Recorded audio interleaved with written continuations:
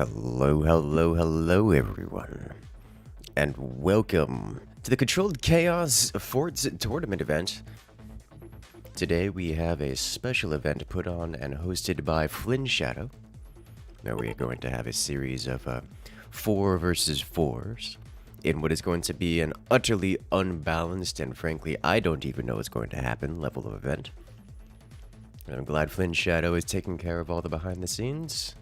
I haven't the foggiest idea what kind of chaos we're getting into. We got some pretty big names in the lobbies already.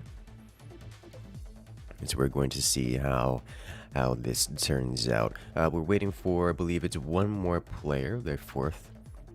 And then we'll be able to jump right into the chaos of it all.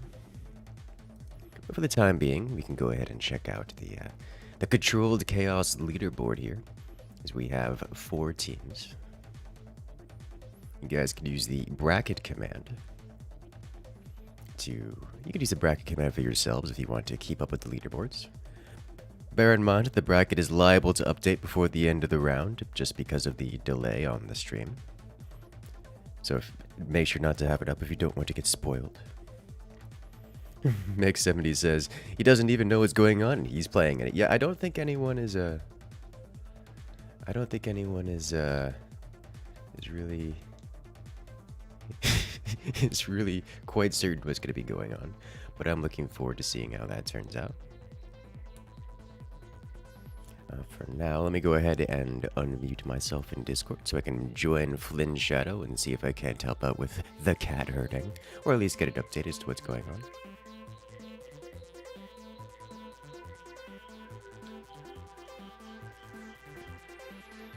Hello there. Looks like we're live and ready to go. I believe we're switching out one of the teams. We can do the second match first? I believe that's what's going on here. The 4th player is... Yep. As both the other teams have one person missing for now, we'll just be doing the 2 teams that are ready for now. Excellent. Love to hear it.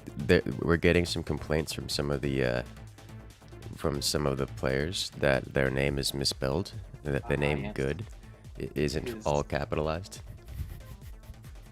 It's important to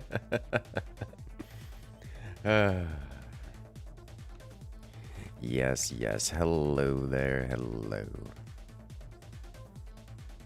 Welcome one, welcome all, as we'll be jumping into the action here in a moment. We're just waiting for the players to join up into the lobby. 4 versus 1. Oh no.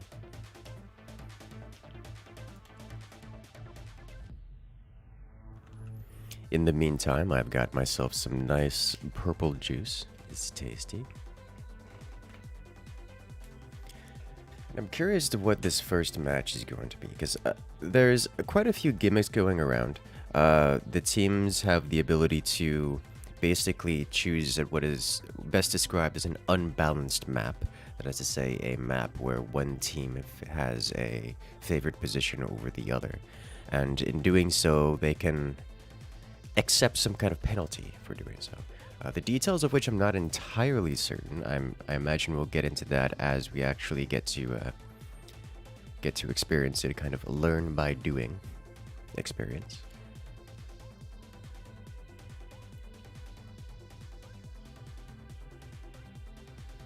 But for now, it looks like okay, so now we have everyone in the lobby, and I think we're about to be good to go.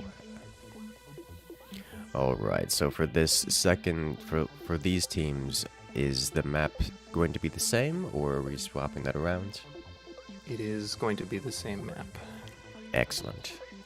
Let me go ahead and actually turn you up a little bit. That way everyone can hear your voice nice and clearly.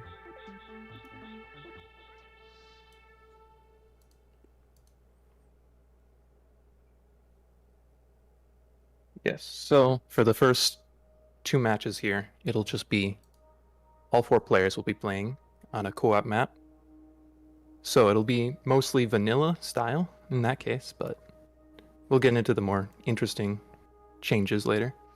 Excellent. Love to hear it. All right, so it looks like everyone is on the correct teams. The settings are correct, so we're about good to go here.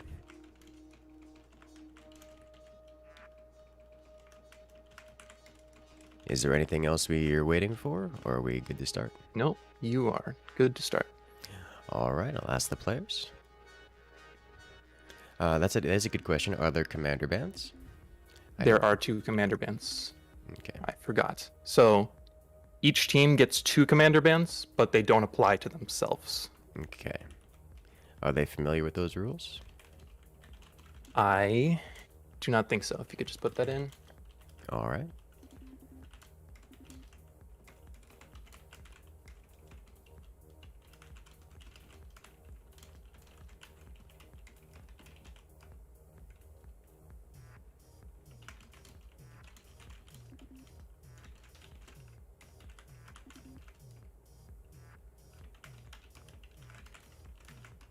So Team 1 is going to ban Scattershot and Pinchfist. As expected. And Team 2?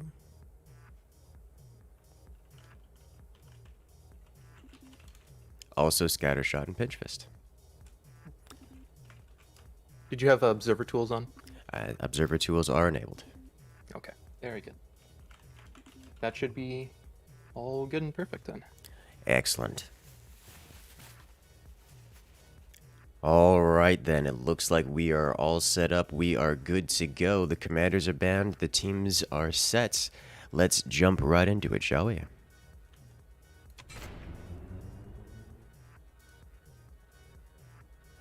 Time's up. Let's do this. Off into the first match of the Controlled Chaos. So as Flinshadow mentioned just a moment ago, this is a somewhat vanilla-like experience, as we're going to have a spook versus spook. But here we have 4 players per team. This is actually quite the event going on here. 2 bases, 4 players. Now, because this is co-op, each of these bases can be controlled by any and every player on their team. So there can be quite a bit of what's the word I want to go for? Clashing of heads, I think is a good way to describe it, where anyone and everyone can control everything, so you've got to be careful not to step on your teammates' own toes. Or should I say, your own team's toes? Make sure not to step on each other as you go across to try to build everything. So, I am aware that at least one of these teams is on voice comms, so they will have some advantage if they're able to yell at each other about who's controlling the sniper when they want to fire swarm missiles and the like.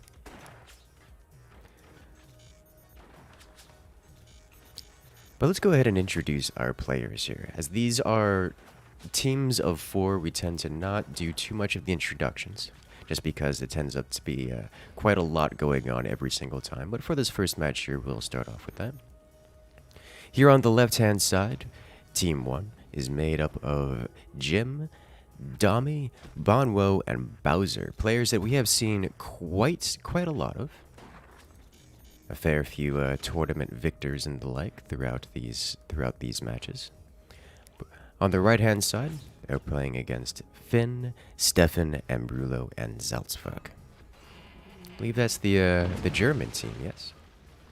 I'm actually curious, because Ambrulo and Salzburg, they very often stream their forts, as well as join us as commentators on for the forts tournaments. So they're very likely live right now, although I haven't checked, I haven't verified. Let me go ahead and check real quick on that one. Yes, it looks like Salzburg and Dami actually are both live right now, so if you guys want the first-person perspective of this match, you guys can go ahead and check out Salzburg to get the Team 2 perspective, and check out Dami to get the Team 1 perspective. Perhaps even check in on their comms. Live on Twitch at this very moment. In terms of strategy, both teams are going for a kind of sort of similar strategy. Nothing too wild or zany coming out of it. Looks like they both opened Workshop and both opened the laser technology, actually finishing at the exact same time. So they are, well, toe-to-toe in their build orders. The only notable difference I'm seeing between these builds so far is that Team 1 has opted to expand to one of these central islands, pick up some extra mineral income, some extra metal, whereas Team 2 is just straight up building weapons. It looks like with the fresh addition of the mines, Team 1 is going to have their heavy weapons delayed slightly. You'll notice they have a plasma laser, they have a plasma beam currently under construction, whereas Team 1 got it a few seconds sooner, and also a fire beam. So that's going to be relevant, but isn't a dramatic advantage. Actually, that is a little bit. That is actually a. Yeah, that's a good 15 seconds, which isn't irrelevant, but isn't the most dramatic difference.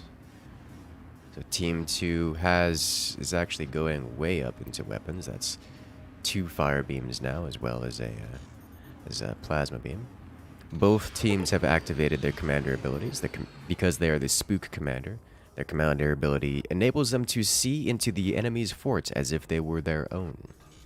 So everyone knows what everyone is doing at this exact moment, which is should not be a surprise to anyone. Looks like Team 2 is starting their expansion into the central mineral outcrop, gaining them a little extra income along the way. Of course, with that heavy of a delay between, at least compared to their opponents are going to be notably ahead in the income wars at this point. All teams know that either team is going for the energy weapons, so I'm not at all surprised to see energy shields coming out. Looks like we've got energy shields defending some of the weak points here on Team 1. Team 2 going straight for the kill. They don't quite get it. They do quite a bit of damage, cutting deep, but is not going to be enough. And as if on cue, Team 2 should be opening up. There that is. They're opening up their weapons and preparing them to fire. Not even 15 seconds later, they should have the fire beam, plasma beam combo. The same combo that they were just attacked with, launching right about now. Yeah, they're sitting on it. They're waiting for it. They're waiting for something. They have the weapon selected and they're not firing. I don't know why. There it is. Complete with the door snipe. Looks like Team 1 was waiting for the door snipe opportunity, and they found it, taking out their opponent's plasma beam, which is actually going to set Team 2 back by a huge amount. Team 2 is relying on that plasma beam in order to deal the actual damage. Fire beams, as good as they are, they don't really destroy bases. They're more of a weapon removal service than anything else. Great at harassment, great at removing things behind closed doors, great at just doing a little bit of damage but not actual destruction. It's the plasma beam that does the actual destruction. And having their plasma beam lost means that Team 2 is basically defanged. Of course, neither team is fully aware as to the status of the other. Team 1 doesn't know if Team 2 has another plasma beam sitting around, but they will soon find out with the commander ability active. Looks like Team 2 has retaliated, getting a door snipe on Team 1's fire beam. Of course, fire beams with their long firing sequence is vulnerable to door sniping. So we are very likely to see much more of that as time goes on. Both teams rebuilding their lost weapons. For now, it seems to be kind of a bit of a stalemate. Both teams are not quite defanged, but neither of them really have the ability to destroy the other. Both teams have gone up to high economy, so it's going to require a dramatic effort from either team in order to deal actual damage to the other. And, well, neither team has the weapons able to do that. With one fire beam and one plasma beam apiece, that's just not enough damage to deal the base destroying amounts of splash required to actually get an elimination here. The plasma beam and fire beam specializes in penetrating deep, but both teams are aware of that, and they've basically locked each other off by building these thick walls in front of them. So they're not going to see anything that isn't... We're not going to see any elimination of the cores, and it's only going to be picking away at the extremities. let's say, picking at something vulnerable like an open door. Team 1 getting their plasma beam door sniped by Team 2's plasma beam. So that's a little bit of tit for tat there. Eye for an eye, if you would. Both teams having lost their plasma beam to a plasma beam door snipe.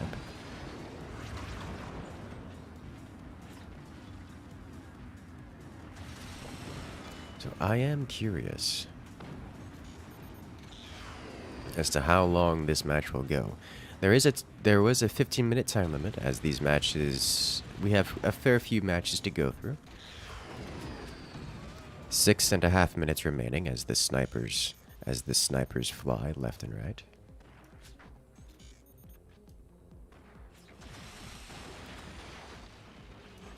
We have more harassment weapons being brought onto the field. It is worth noting that with 4 players across 2 bases, there's a lot of APM going around. By that I mean, there's a lot of players that are free to use snipers, harassment weapons, things like buzzsaws and the like. So I am not at all surprised to see this much sniper going back and forth. We kind of expect to see a lot of that here. We see the plasma beam fires and immediately gets sniped. Team 2 saves it by placing a temporary wind turbine just to defend against the snipers. Definitely saved that plasma beam. So I am curious as to what the actual plan for victory is, because I think at this point neither team is really sold on using the plasma beams as the end game.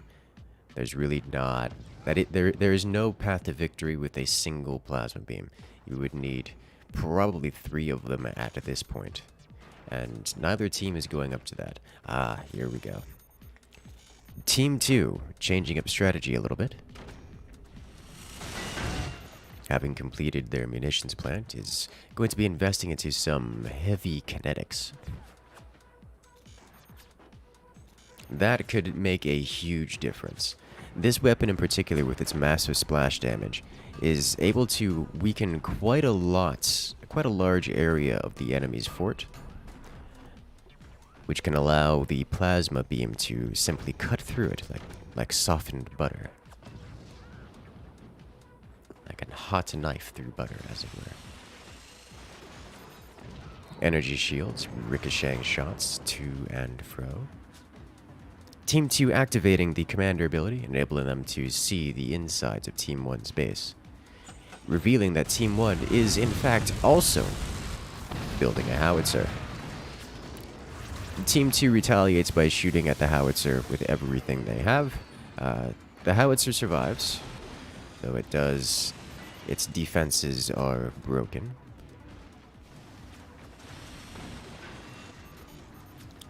Team 2 desperately wants to eliminate the howitzer for Team 1. I think both teams understanding that the howitzer is a proper threat to this.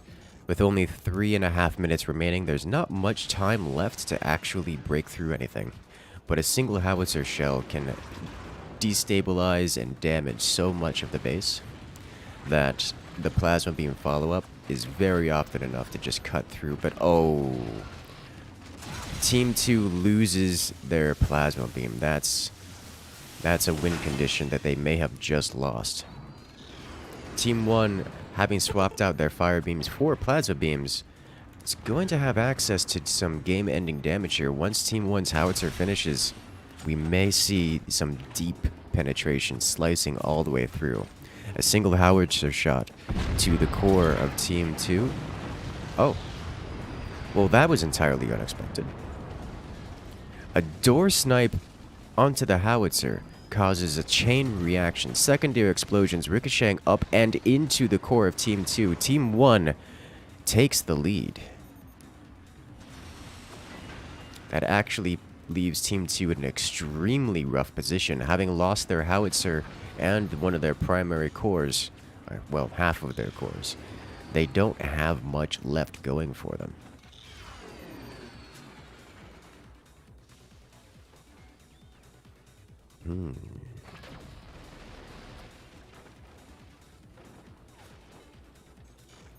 I think Team 2... Well, I think Team 1 got a bit either they noticed that weakness and I didn't, and they aimed there specifically, or Team 1 just got a bit lucky.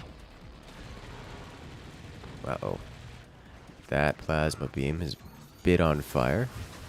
Took a heavy hit, but survives.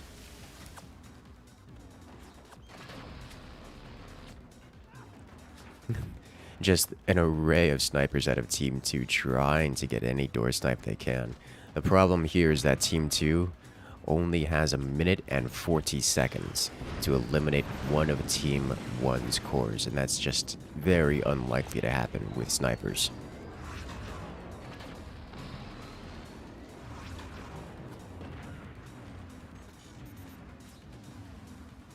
Looks like Team 1 isn't actually going to be aiming for Team 2's final remaining core. They're not going to try to end this match, it would seem. They're just going to try to defang Team 2 once more, firing at their weapon positions, and let this match go to the timer. Win by damage dealt. Oh, nope, that's straight to the core of Team 2. Oh. But Team 1 is kind of out of energy and also isn't aiming to follow up. All that weakened base repairing up uncontested.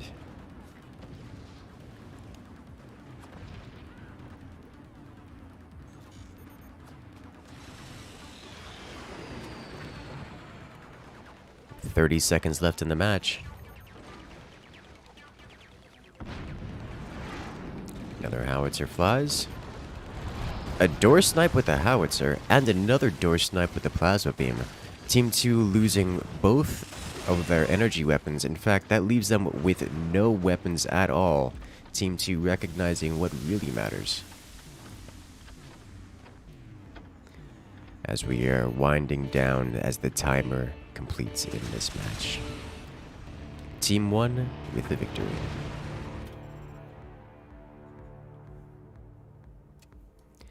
Do you want to do a quick replay on that howitzer shot? Or rather, the door snipe on the howitzer. So you can see that right there. 3 doors on the howitzer and all of them open. Let's slow this down to quarter speed. Howitzer fires. Howitzer gets directly hit, taking out the battery, and with it, the core. Secondary explosions chaining up and into the core. Player eliminated. And there we have it, ladies and gentlemen.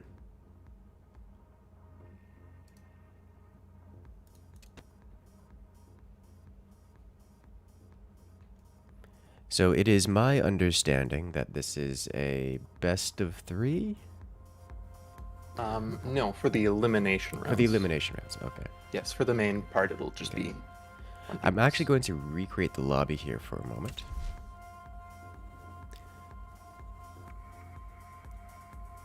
If you give me a moment here.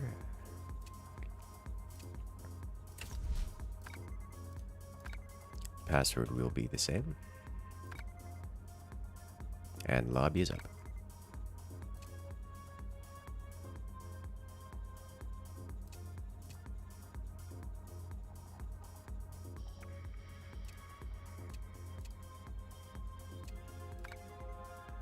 Interestingly enough, it seems Eaton is not going to be here. So we'll have to swap in another team. Okay. Rip Eaton. Yes, unfortunate. Sleeping in. It's up till, I think it was 2 a.m. So. Oh, I know that feel.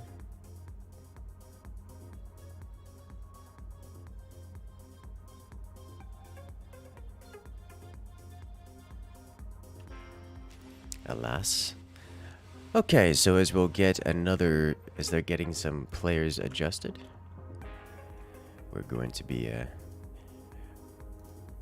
filling the lobby here in a moment. Let the cat herding begin.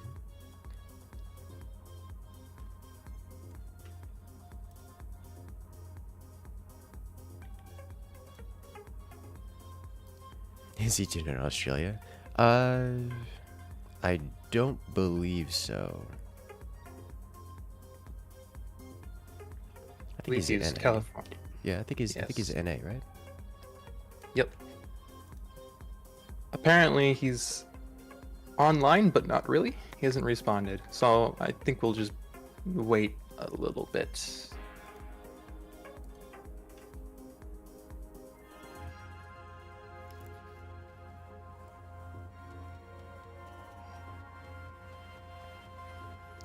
Alright, so we'll have...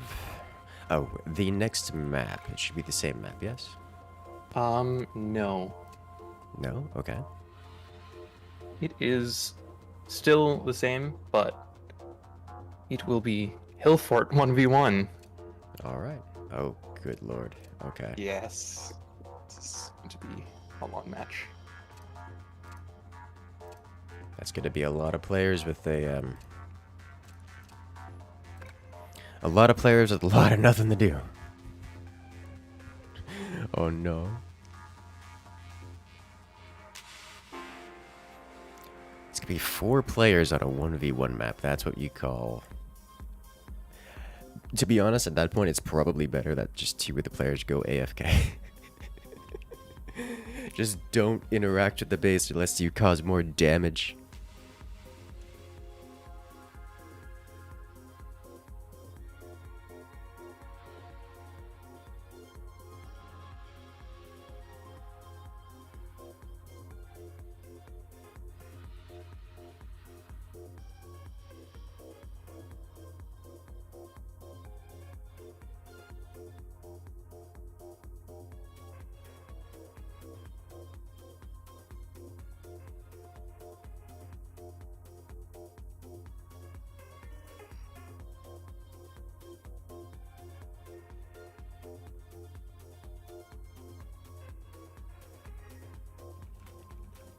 Okay, as Eaton has joined, I think we'll just do the next rounds. Who's there right now? Currently, we have Alex, Malmy, MCC 72K, and Cronkinator. Okay.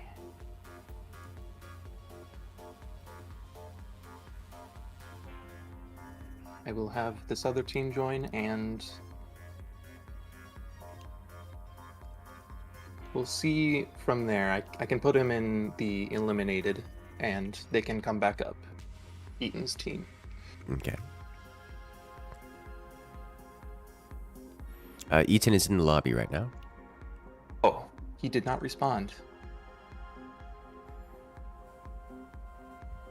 You can tell because he has more badges, and also is rank 2. Who else woke up 10 minutes ago? Oh no. Yes.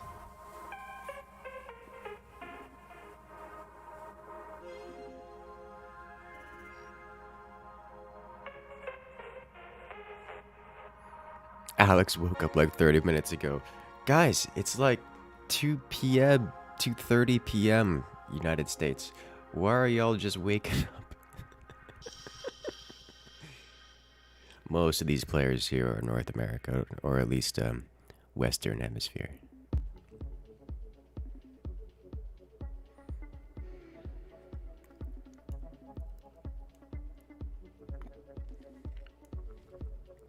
If only, if only.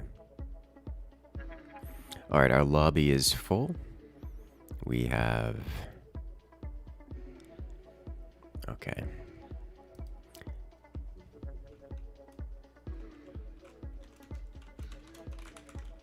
So we have Alex, Melme, MCC72, and Mateo versus Cronkinator, Eaton, Noah, and Mech7.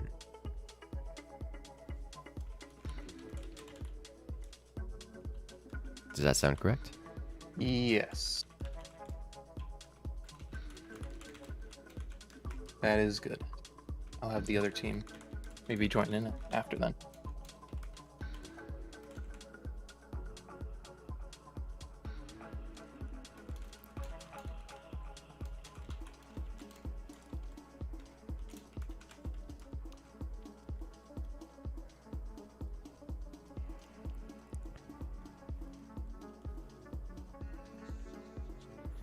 Alright, we're doing commander bands now. looks like Team 1 bans Scatter and Spook. Team 2... No, that's... Wait. Team 2 is confused as to who they wanted. Alright. Give it a moment. Team 2 bans Scatter and Spook.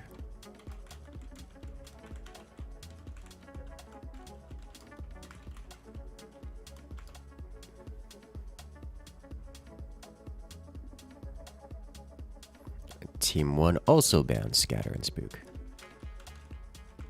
It's very expected. Scatter is arguably, in their opinion, in most opinions, the most powerful commander.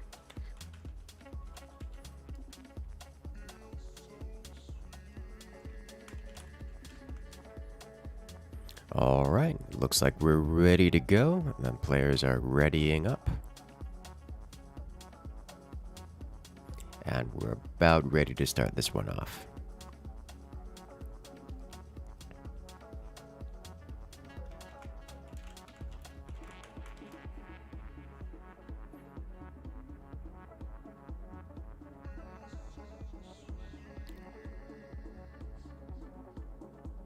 Yeah. Wow, you like this, Kronk.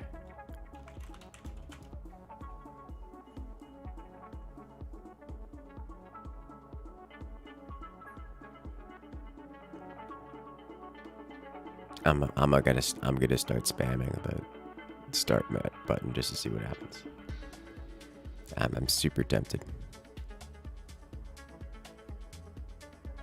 Sitting over here, I'm just trying to add more mods into the group.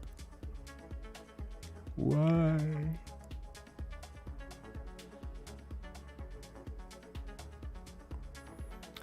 All right, looks like we're readied up. Let's do this.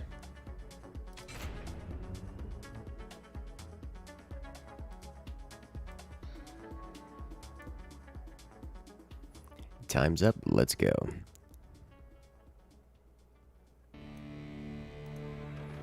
And we're off. All right, so we have 4 players versus 4 players on what is quite the small map, on a 1v1 map. Not much else to say here. This is just going to be a mess. Typically, this map is played by, well, a single player on either side, on each side. But here we have 4 players vying for control on each side. These are players that we have seen many a time before, though rarely under this circumstance. On the left-hand side, we have Alex, Malme, MCC72K, and Mateo. Facing off against their opponents on Team 2, it's Kronkinator, Eaton, Noah, and Mech7. It's gonna be a mess to see who gets control. Typically, I think they would just typically you would just have one person do most of the work because, I mean, why wouldn't you? The only thing you can really get from having multiple people involved is confusion and chaos. People doing things slightly differently and inefficiency. Typically, at some point, you'd also just start putting a sniper down and letting people get distracted with the sniper. It's like saying, okay, your whole job this game is just use the sniper and do nothing else. But it looks like both teams going for a very similar build, or at least the same technology. Team 2 going a bit more eco-heavy, fleshing out all of their mines and getting 2 turbines before putting down their tech. Whereas Team 1 put down their technology first and their mines later. Just means that they're going to have access to cannon technology sooner, potentially faster cannons, perhaps first to fire. But at the cost, or at least the relative difference, is that they won't get as much mineral income in that same period of time as they place their mines a little bit later. Looks like Team 2 here is redoing some of their internal structure, getting a little bit of stability tech involved. Good for them. Team 1, also stability tech. I think Team 1's is a little bit more normal, average. As expected, Team 1 actually has access to their weapons tech a little bit sooner, as their weapon of choice has been placed and is under construction, whereas Team 2 is only just now finishing up their technology. It's going for and has just now placed their weapon of choice. What's up with the storage on top of Team 1? I'm sure that was just a way of storing metal for a time. As Team 1 is pinch fist, they get 100% sell value, so they can simply literally build anything anywhere and not have to worry about it costing money or anything, as they can just get that money back. How many sniper shots need to take out a howitzer shell? I'm not sure, but the answer is way too many. Team 1 going for the tried and true strategy of howitzer cannon. Howitzer for dealing wanton damage all over the place, and cannon for penetrating through. Cannon, of course, not the best weapon for penetrating, but it gets the job done when it's needed. Howitzer doing ridiculous splash damage, helping out with that process. Team 2 going for a somewhat different strategy, with a heavier economy, or at least a earlier economy. And going for cannon only, and their cannon will be out a bit sooner. I suspect Team 2 will be getting the first shot here. We see Buzzsaw coming out from Team 2. A little bit of damage on the Team 1, but nothing critical. The biggest damage I would expect a Buzzsaw to do is to cause a huge amount of deformation, which can potentially cause a collapse or at least a breakage somewhere. Looks like both teams preparing for howitzer-style shots. Slightly different ways. Team 2 opting for an array of gunners. Team 1 just opting for massive amounts of struttage in front. Team 2 preparing to fire. Nope, Team 2 doesn't fire. Team 2's cannon has been ready to fire for a little bit now, and they're electing not to. Team 2 are fully expected to fire first, and it looks like they still will fire first. And there it is. Direct hit into the front of Team 1's base, destroying an energy shield and leaving their wind turbines vulnerable, but otherwise no significant damage. As I've said many a time before, the energy shield is a great target for the cannons, because while the energy shield eats the shots and mitigates most of the damage to the cannon, it's also very expensive. Firing a cannon only costs a little bit of metal, and replacing the energy shield costs a huge amount of metal. So that is in Team 2's benefit to hit the energy shield. A little bit of self-inflicted damage there. The cannon shoots its own door, knocking it out, knocking off its trajectory and sending the cannon shell into the ground.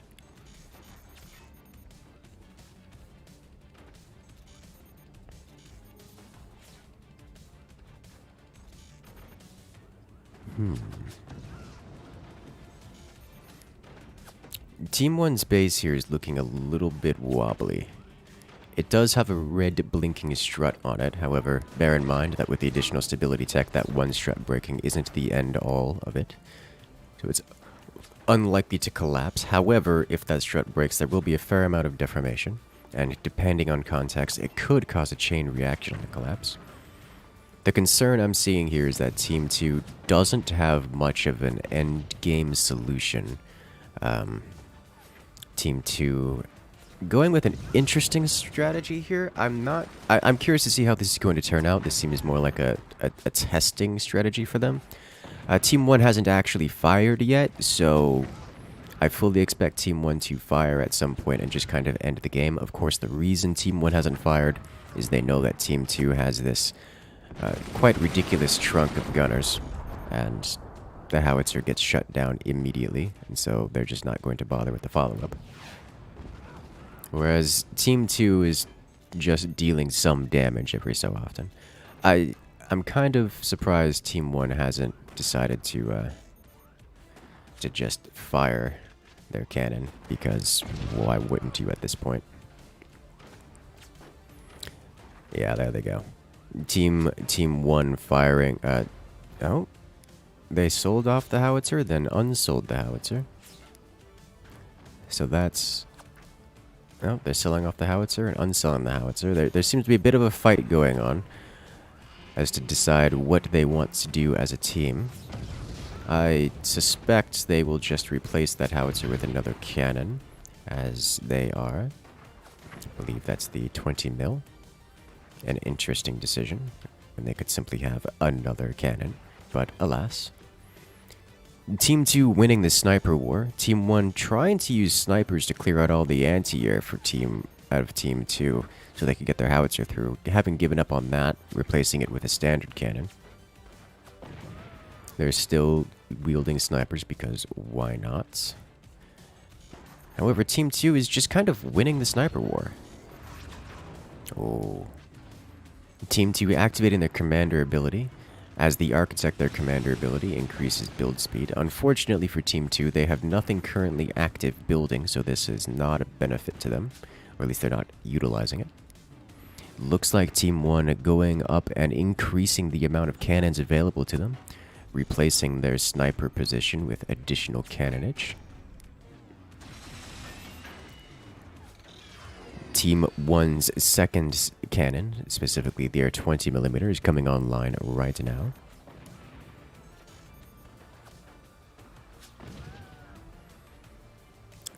I am really surprised Team 1 hasn't just fired more stuff. Oh, that hurts so much. Clean through. So, a few things happened there. One, Team 1 sent all of their rounds into their own doors, which is really rather unfortunate, as that just did a huge amount of economic damage to themselves. Two, Team 1's cannon fired clean through their base, taking out, it looks like, I believe it was 2 turbines up here. Having done... I mean, it's damage. It's something. It's not going to be the game-ending or critical amount of damage that they're looking for. I say that as if Team 2 isn't starved for energy right now. Team 2 does need to get their wind turbines up and running.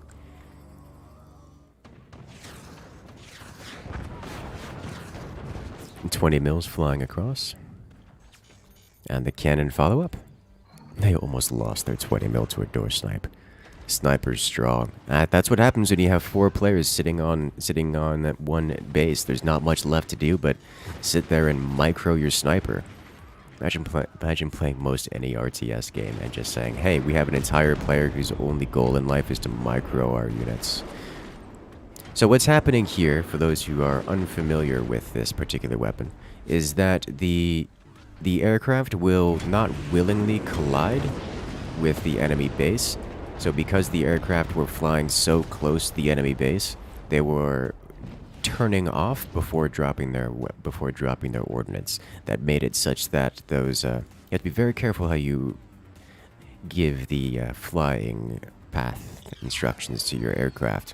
Otherwise, they'll just say, "Hey, I'm not going to kamikaze," and then they don't, and then they do 0 damage.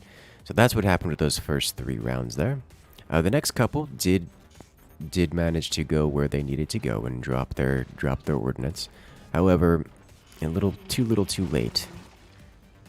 And now there's not enough ammunition around to actually take advantage of that. Another cannon shell. And a follow-up. Clean through the base, no damage dealt. So Team 2 is going to need to rebuild some of their ordnance here. A few good hits, but with no follow-up, that's not going to do much of anything. It's just a little bit of harassment. Team 2 needs to reconstruct all of that ammunition before they can actually take advantage of it. Just remember, if they can just keep landing those shots time and time again, they will do actual and real devastating damage. Ooh, a little bit of wobble. But nothing of value was lost.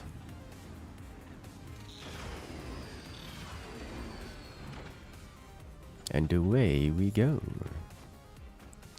Looks like Team 2 is not rebuilding that the ammunition. A door snipe on the 20 mil. That was great damage.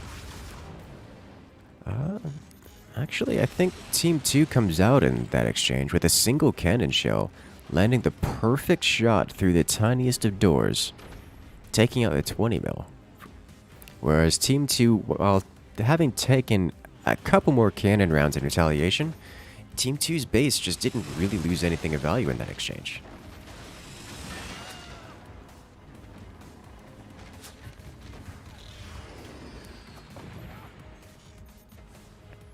Team 2 reconstructing the ammunition, but it's going to be too little and way too late. With only a minute and 40 seconds left in this match, the ammunition for Team 2 is not going to come online in time for them to fire that. At least not meaningfully. So it takes more than 2 Thunderbolts to actually get through and deal damage, and that's about all they're going to have before the end of this match. This match is going to come down to the timer unless something dramatic changes immediately. And I don't see that happening. So this is going to come down to whichever team did more damage overall, and I haven't the foggiest idea who that's going to be.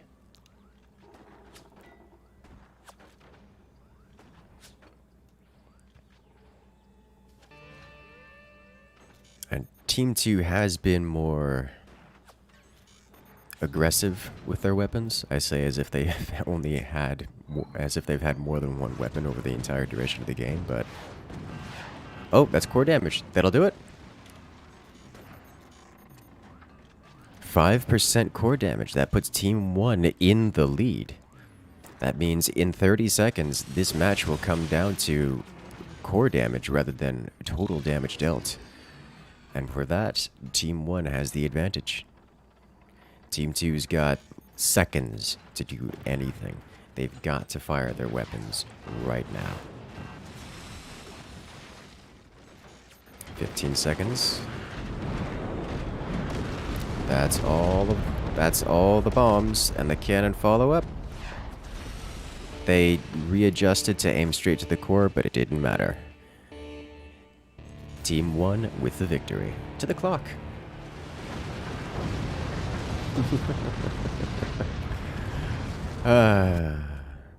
There you have it, ladies and gentlemen. Team 1 with the victory. So Alex, Balme, MCC72K, and Mateo move on to the next round.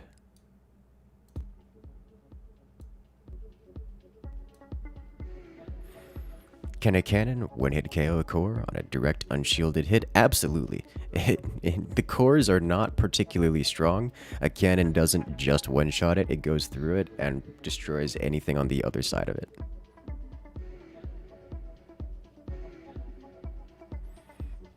The plans weren't a terrible decision, but not implemented perfectly. And on that map, you kind of need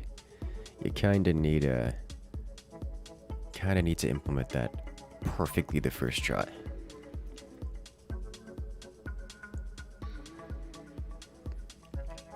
Cores have 100 health, cannons do 700 damage. Yes, that's how that works.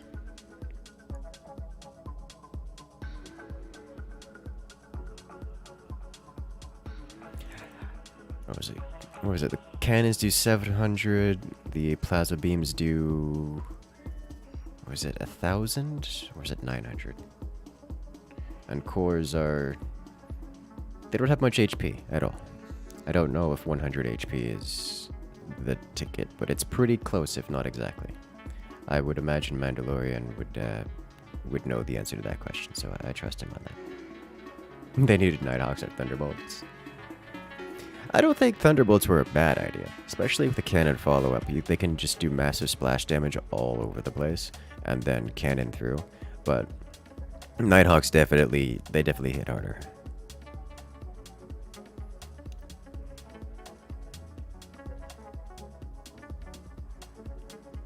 They definitely hit harder. Alright, so as we drop down into the lower bracket. Yes. What map are we on next? We are on 3v3. It is called the front lines. The front lines 3v3. It looks like no one in the lobby has it. Except for Noah. So, good luck everyone involved.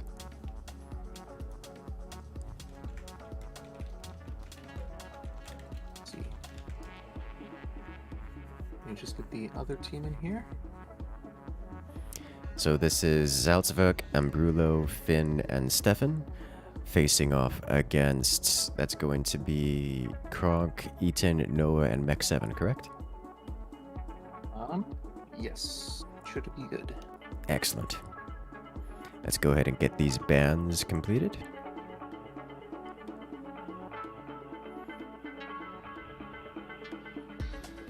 This is co-op or team deathmatch? It is team deathmatch. Team deathmatch.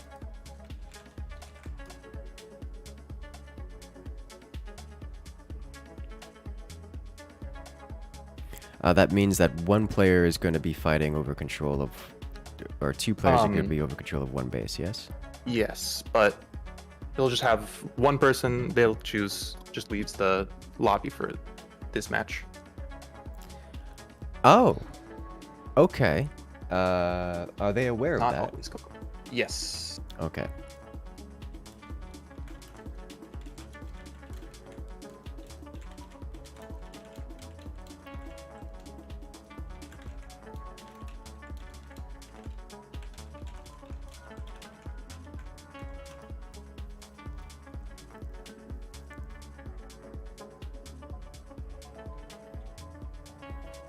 Okay, so team 1 bans Scatter.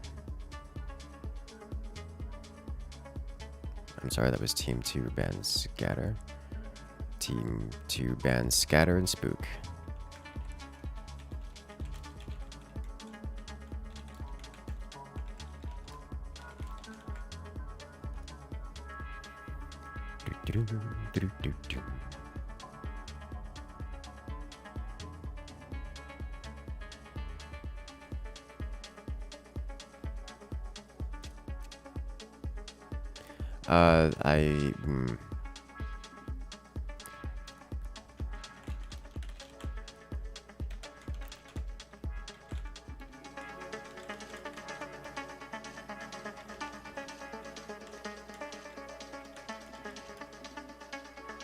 That's not how you spell that word.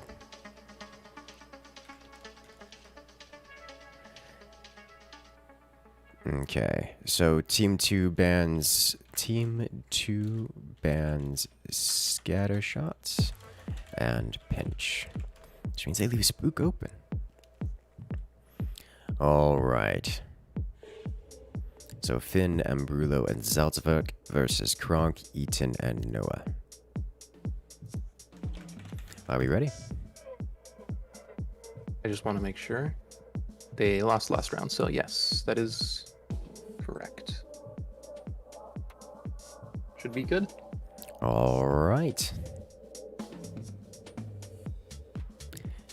Looks like we're good to go. The players are readying up as we speak. Let's do this. Into the match we go.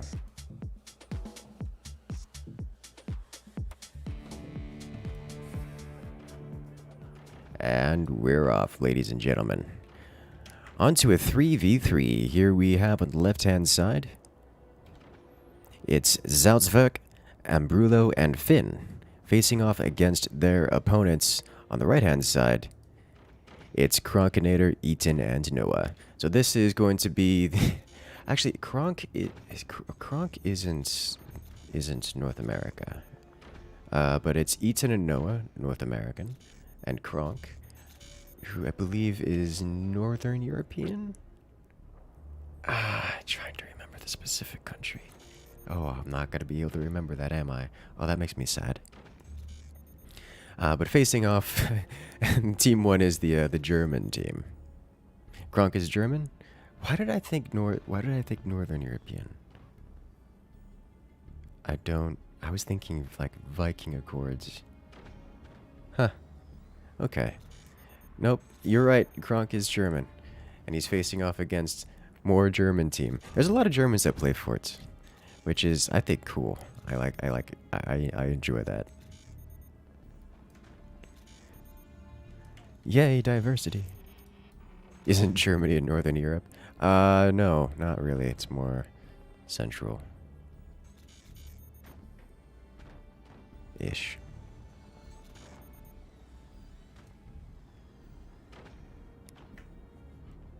We're talking Northern Europe. I usually think Finland area.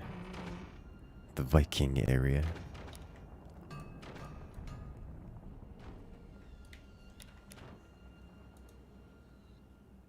If only, if only. Let's go, Germany. Well, I mean, Germany wins either way. We've got Germans on the other side. Zelzwerk sounds German? Yes. Zelzwerk.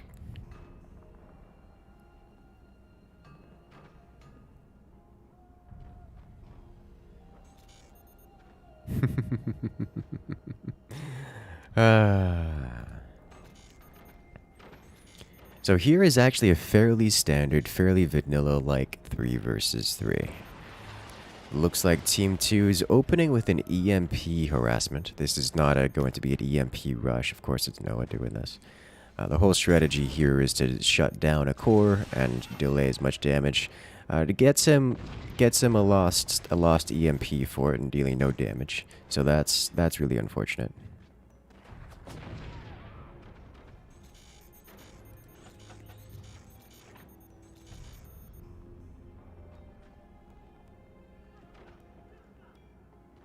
So that should be...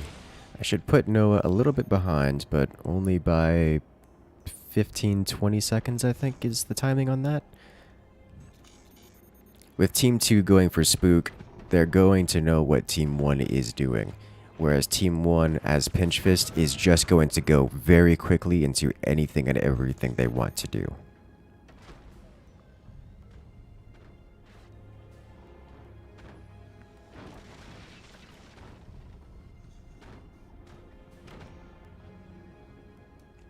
Well, it looks like they've got a plan, and they're going for it real hard. Team 1, I like this strategy. Team 1 going for quadruple fire beam, and then a cannon for follow-up damage. Whereas Team 2, plasma fire beam, fire beam, fire beam, plasma fire beam. So we're going to see lasers in all fields out of Team 2, which means Team 1 has the ability to just build energy shields and invalidate Team 2's strategy almost entirely. And it's only a matter of time before Team 1 realizes this. I'm curious to see how quickly they'll react once Team 2 unleashes fire upon them. Typically, most players won't react quickly to being hit by lasers, just because lasers, for as damaging as they can be, it's generally not worth getting energy shields in most places, just because energy shields are they're just so ridiculously expensive. But once we see energy weapons coming out of all 3 bases, I expect energy shields to come down all over Team 1. Team 1 loses out the exchange. Team 2 fires first, while Team 1 does retaliate and take one of Team 2's fire beams. Team 1 middle base gets entirely stripped of weaponry. Looks like Team 2 is still keeping on the pressure with their fire beams. Their plasma beams are coming online right now, so we're about to see the actual damage take place.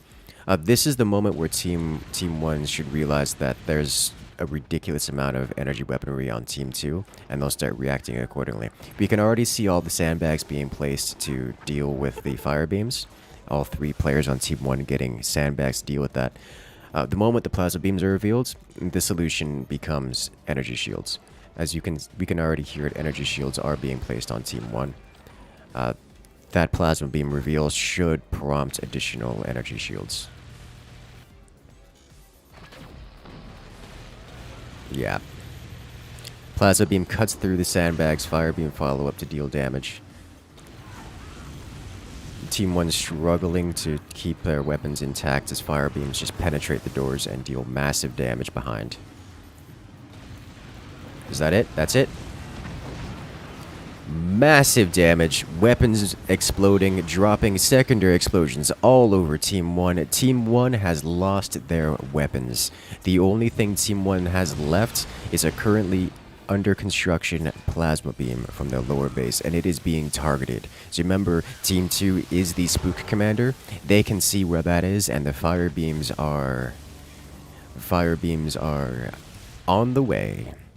Team 1 reacting with energy shields, but it's a little too late for that. They've already lost their everything. Core damage, the core itself, not completely unprotected. The fire beam just managed to touch the strut, causing it to ignite and slowly toast the, give the core a light singe, so we're not going to have much damage on that core, but it's still more damage than nothing.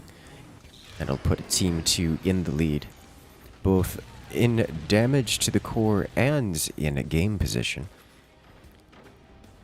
Team 2 lacking any real penetrative power, not having many plasma beams to go around, and Team 1 having covered themselves with energy shield and sandbags.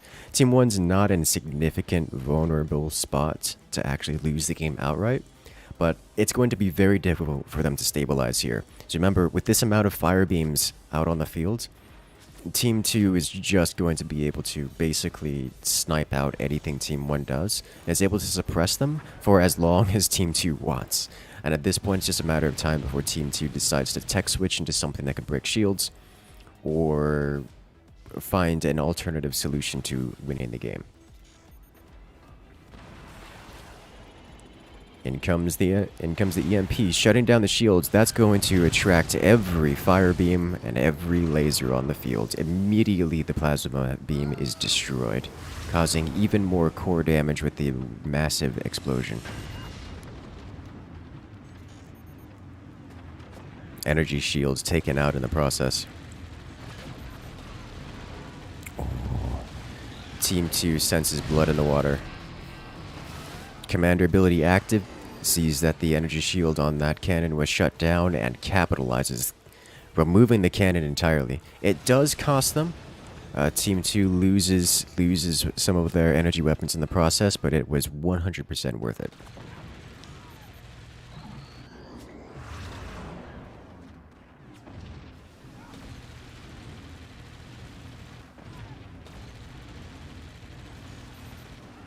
Oh, the sniping is real. The energy shield, the plasma beam just cuts through, sniping out yet another weapon off of Team 1. Team 1 has 0 weapons at this point in time. Nothing but snipers. Whereas Team 2, sure, they're getting their weapons door sniped just about every time they fire, but they're still able to rebuild them, and they have so many weapons that it's just overwhelming. It's only a matter of time before Team 2 actually manages to penetrate through and deal critical damage. As is, there it is. We have some deformation onto the lower base here. Looks like Team 2 getting their rocketry weapons online. Standard rockets breaking down the sandbag wall. Just about breaking it down. Penetrating deep. And one more shot from top base. You can do it. I know you want to. You can do it, Crunk. I just think he's out of energy here. No, he's not out of energy. Why aren't you firing? You could have cut all the way through. Yeah, it's fine. It's fine. Fire beams from all over the place. A door snipe on one of the fire beams. Another plasma removed. Look at that. He trades. This plasma got shot by a sniper, but it still got the damage done.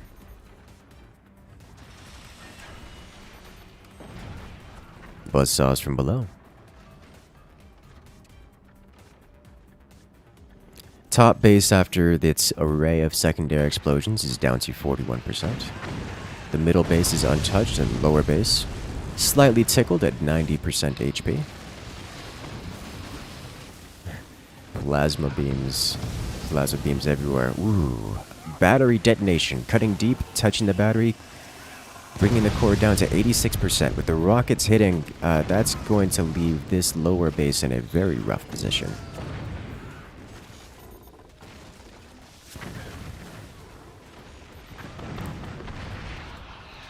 Miniguns to take out those sandbags. Yeah, Team 2 is just wielding a plethora of weapons.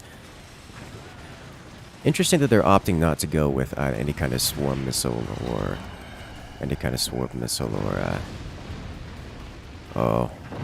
minigun for the breakthrough. I was gonna say more cannons, but miniguns and rockets are an acceptable solution to cannons in this matter. Swarm missiles, of course, kind of difficult to field on this map, but incredibly effective when portaled out. You can see an Abyss-style nook here in which swarm missiles can be placed.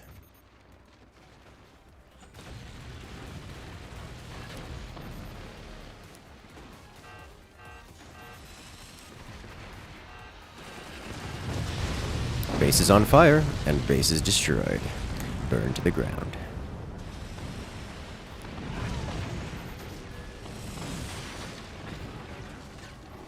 It's only a matter of time. This top base is under fire from fire beams and plasma beams and rockets and miniguns alike. This base owned by Ambrulo, how long will he survive? He does actually manage to retaliate, taking out one of the plasma beams as he gets almost eviscerated by the other. One of the others.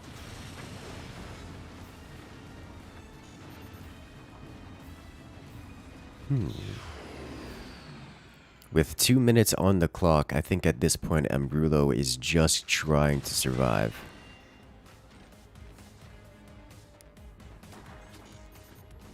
We see the heavy weapons coming back online off cooldown for Team 2. We're going to see another volley here in a moment.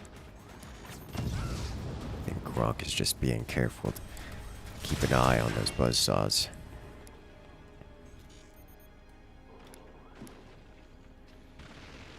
Miniguns from below. Rockets from below. The rockets from below are dangerous, as those cut through those sandbags real quick.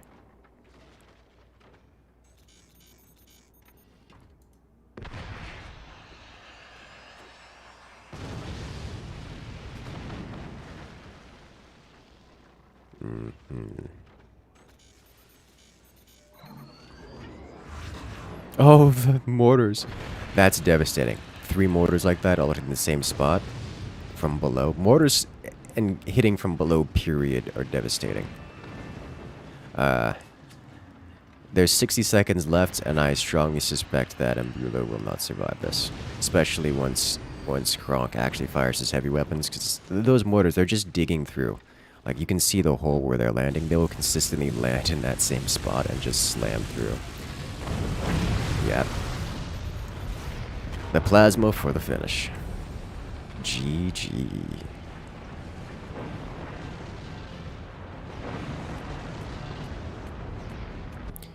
Team 2 with the victory. Alright, so there we have it.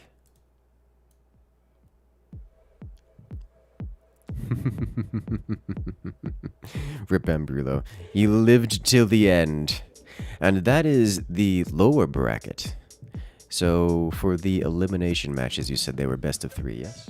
Yes, so it will be the same teams. The map this time will be Haphazard Hillside. Okay. It might start with 2v2. We need all 4 players for this, yes? No, it is just 2 players. So we're removing another player from the lobby. Yes. So it's 2v2, okay. Mech and Stefan will need to play, as everyone needs to play an equal amount of times. Okay.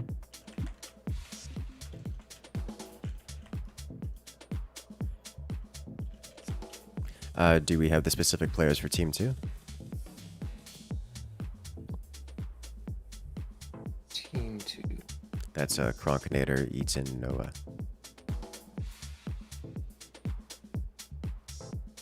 Yes. Mech and one of the others can play. Right, Mech is on Team 2 here. Okay. Yes. Okay. And I'm going to update the map here once both of the teams have chosen their commanders. This will be the start of doing more interesting things. Ambrulo's team has entirely evacuated lobby. We'll need to bring them back if you can get them on Discord. Yes, give me a second.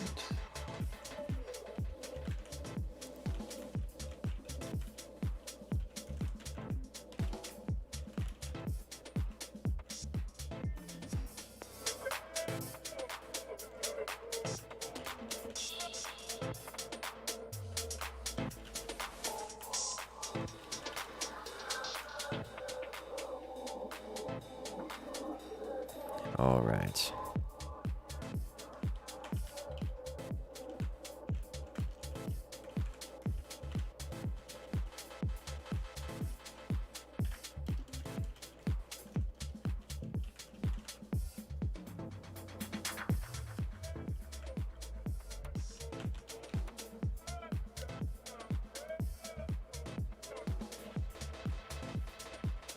All right, there we go. So, Stefan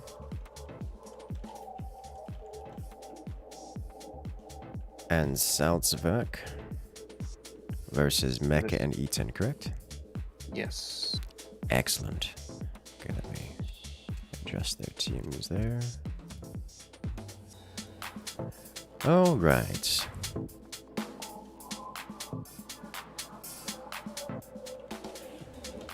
And then commander bands.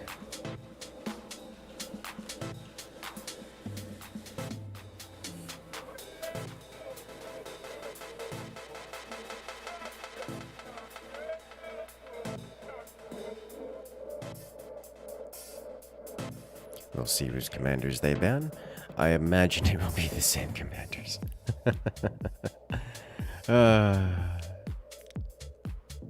Spoiler, Team 1 will win. Haven't the foggiest idea, actually. All these players are quite capable.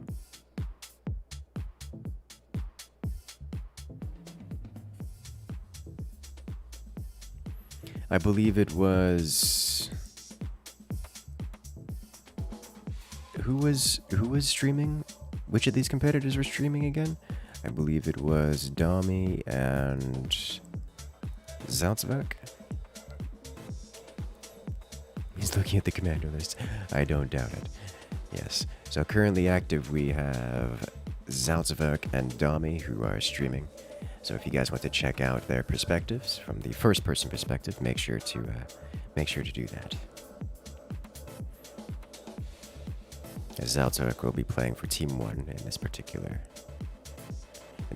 match.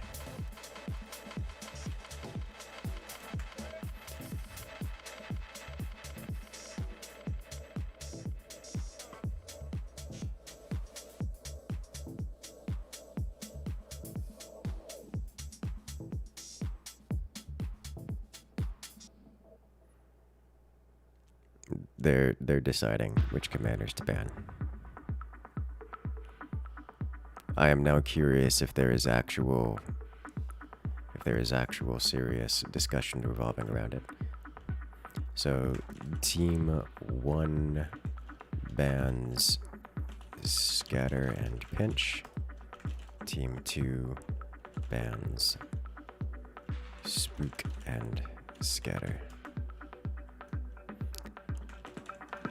Ready? Looks like we're ready to go. 1 second.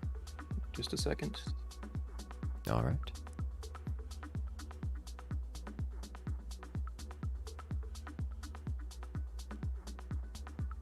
Need a response from Salzburg. All right.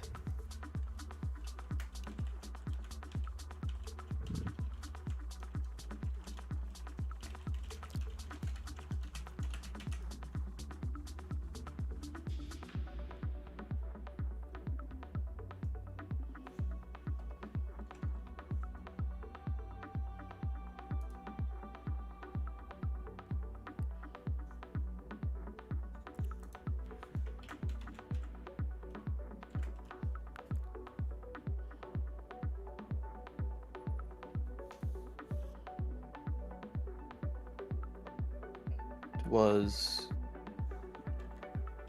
1 second.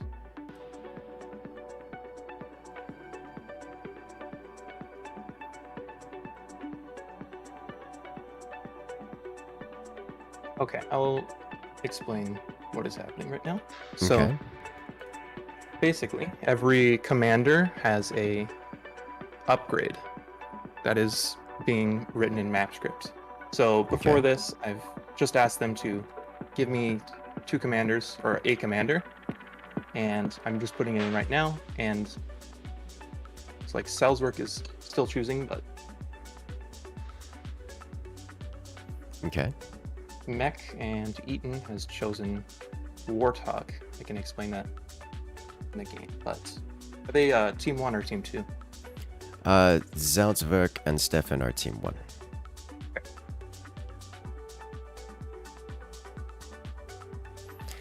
This match is meant to be team deathmatch or co-op? It is supposed to be team deathmatch. Excellent.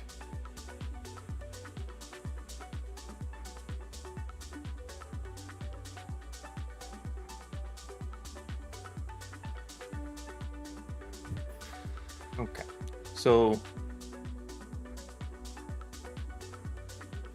Warthog's upgrades allows him to directly build deck guns, and cannons will split into 20 mils when they're destroyed, and howitzers will split into mortars. So it's definitely a lot more damage. And actually, mortars also have 2 HP, so they're more viable on longer range maps. Okay.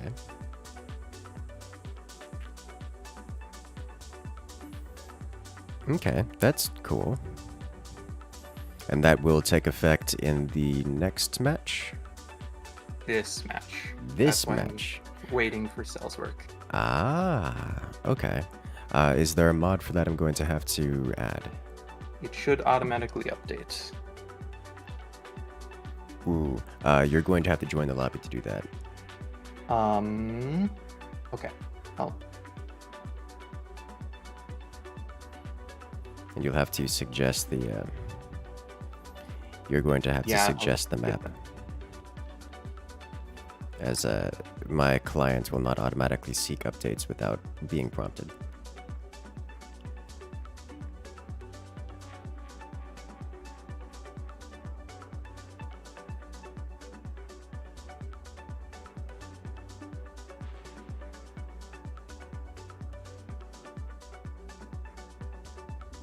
Emphasis on should. The mods and the updates actually work pretty consistently. It's nice. It's a little bit. I don't want to use the word finicky. There's a little bit of nuance to it, but it works usually pretty consistently. There used to be a time when it was a disaster, but the Force developers have managed to work around that, which is nice.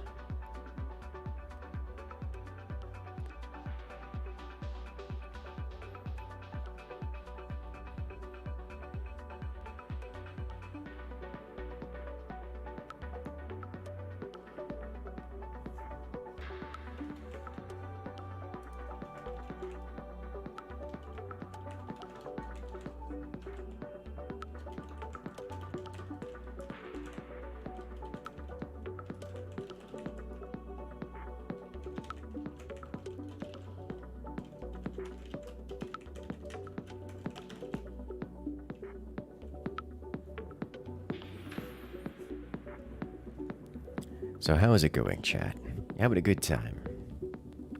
As we're getting the mods added in here to add some additional chaos. If you guys looking for chaos controlled, well, it's about to be chaos uncontrolled. It's just going to take another moment here before we do the next match.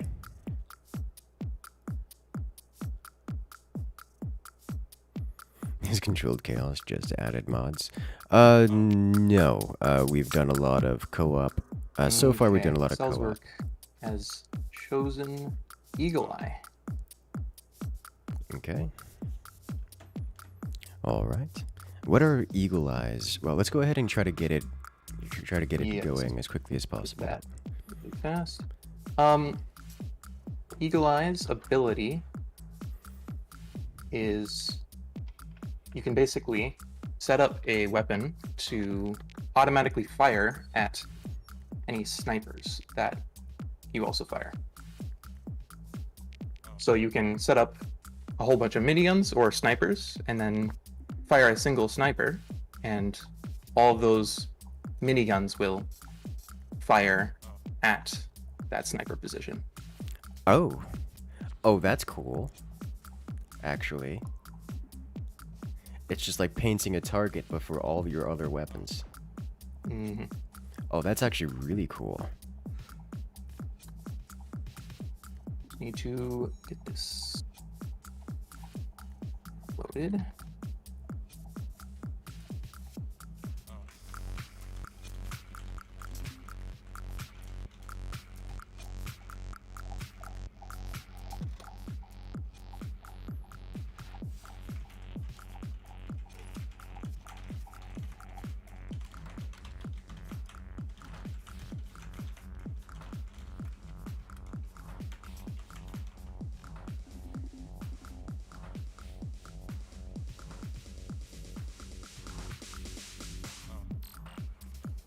Okay. Painting a target with bullets, yeah. Yeah, that's actually pretty cool. Bit gimmicky, I think, doesn't really add any kind of power to it, but that's still cool nonetheless. Hopefully it won't take this long. The next one.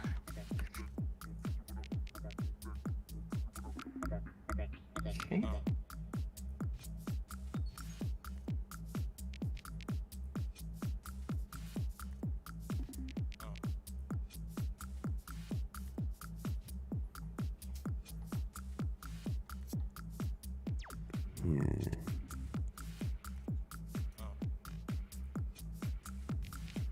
Okay.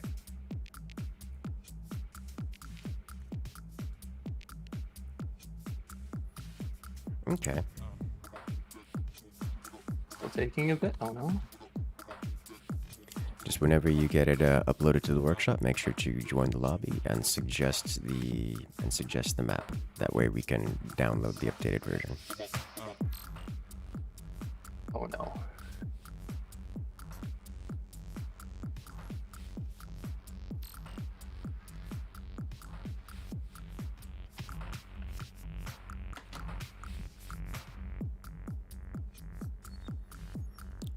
That's actually a really cool idea, having the commanders change in that way, as it just adds this kind of asymmetric nonsense.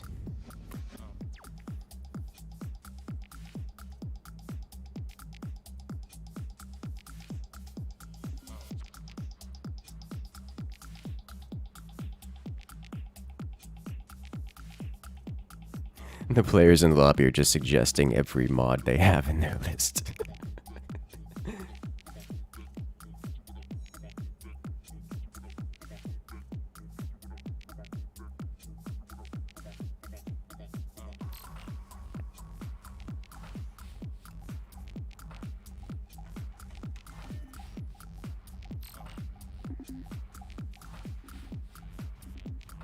Hey, there you go. Alright, so the map has been updated, which now includes... I don't see... It doesn't have the mod enabled, but it is in the map script, so it won't show any difference. Okay. Alright. Oh. We should be good to go then. Players readied up, and we'll start this once the players hit the ready button. Alright, players are distracted, and we lost each other. Oh. Okay. It's okay, he'll be coming back. Okay. Okay, this is fine.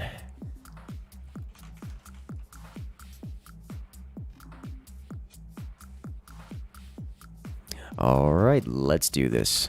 Right into the match we go. chaos begins. So this will be a 2v2 team deathmatch on a vanilla-like map. This is going to be seemingly normal until the commanders get involved, because this map has modded commanders that do things a little bit differently. On the commander screen, we're going to have Warthog versus Eagle Eye, rather Eagle Eye versus Warthog. Warthog on the right-hand side here, being played by Eaton and Mech70. Facing off against the Eagle Eye team, on the left-hand side, it's Zaltzwerk and Stefan. He just...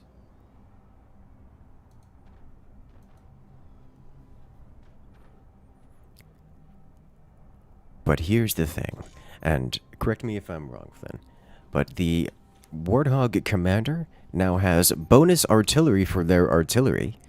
Yes. The weapons, their projectiles, their heavy projectiles, like the howitzer, when shot down, will break down into smaller artillery projectiles. Say the howitzer will break down into mortars when their projectiles are destroyed.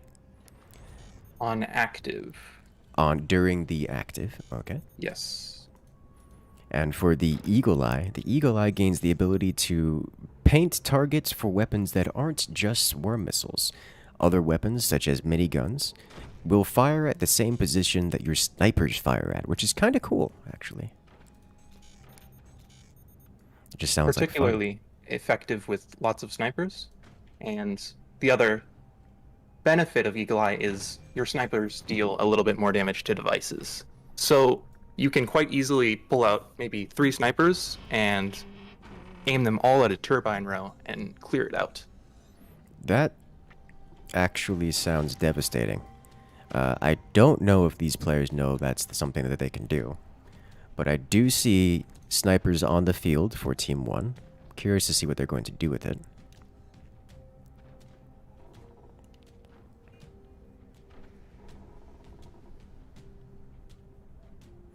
It looks like right now we have 2 very different strategies coming out for each team. On that is okay. I was like, wait a minute. That's a harpoon. It is a harpoon, and it's going to be using the decoy ammo because Team 2 is going for the late game experience. They're going for cannons, they're going for artillery, which is not at all a surprise for a team that's going for Warthog. But on the left-hand side, they're going for swarm missiles, and a lot of swarm missiles. And we're seeing an upgrade center because they're also going to be going for warheads and bringing the nuclear action onto the field. Interesting choice to go Eagle Eye for that particular option, but nevertheless.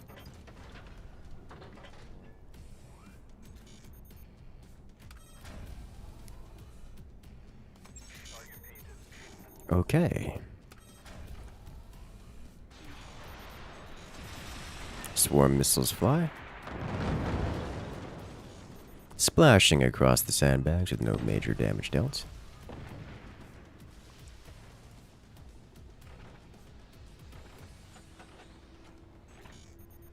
It looks like Team 2 is getting their heavier weapons online, bringing to bear a deck gun. Interesting position for it, given that deck guns shoot upward. Mostly. Decoy. Return to sender. Massive damage. Team 1's own swarm missiles removing a pair of turbines and a sniper. However, a little bit of damage was dealt to Team 2 in the process. More importantly, it did some splash damage to their core, dealing 14% damage, which is a surprising amount of damage for how little it was actually affected, but nevertheless, that will put Team 1 in the lead. Playing it fast and loose with the core defenses will leave it vulnerable to splash damage, and splash damage does happen.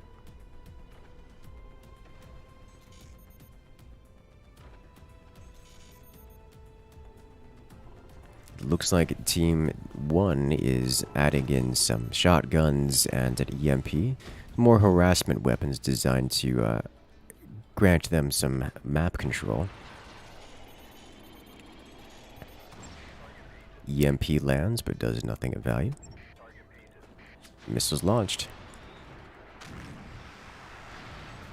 Oh. Oh! The warhead doesn't get sucked in by the decoy. Massive damage. That was an ammo secondary explosion on the inside, causing huge amounts of damage to the core and destabilizing the fort in the process. Be careful, that decoy ammo, it explodes.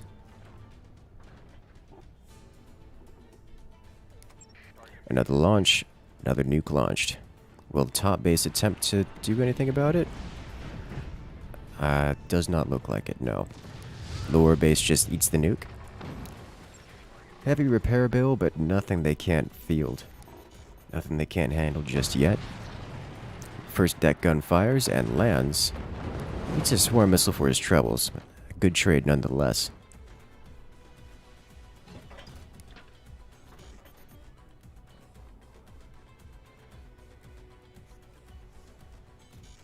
Oh no. Missiles launched. Missile launched. Does he do it? He does. The nuke didn't get grabbed. Uh-oh. Why didn't the nuke get grabbed by the decoy? That thing was so close. But self-inflicted damage with his own deck gun, which is unfortunate. Flak, swing and a miss, EMP lands, dealing no damage. Cannon comes across, dealing actual damage. Undefended turbines get cleared out and takes out a swarm missile launcher in the process. That's actually a huge amount of damage. Oh, the double deck guns both land. So much splash damage across the front. Team 1's bases are so fragile. They got the missiles out so quickly, they sacrificed so much of their economy and base in order to do so.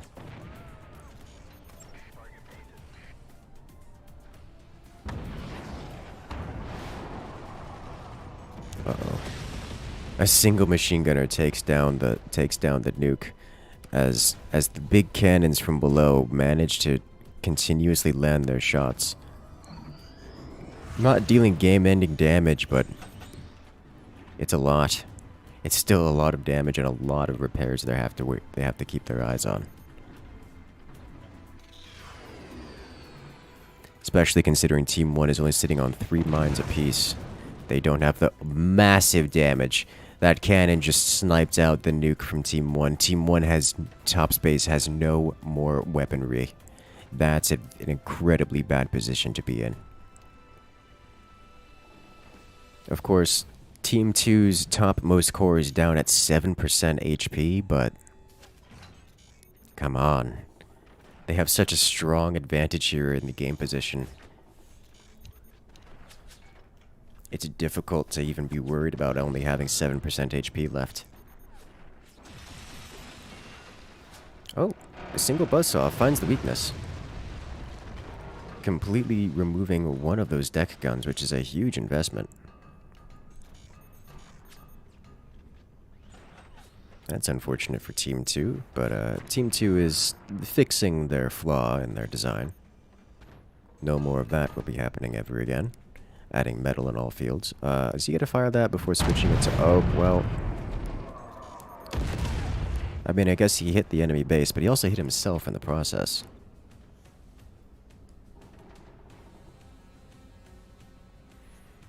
Six minutes left in the match. If they manage to, oh, a buzzsaw.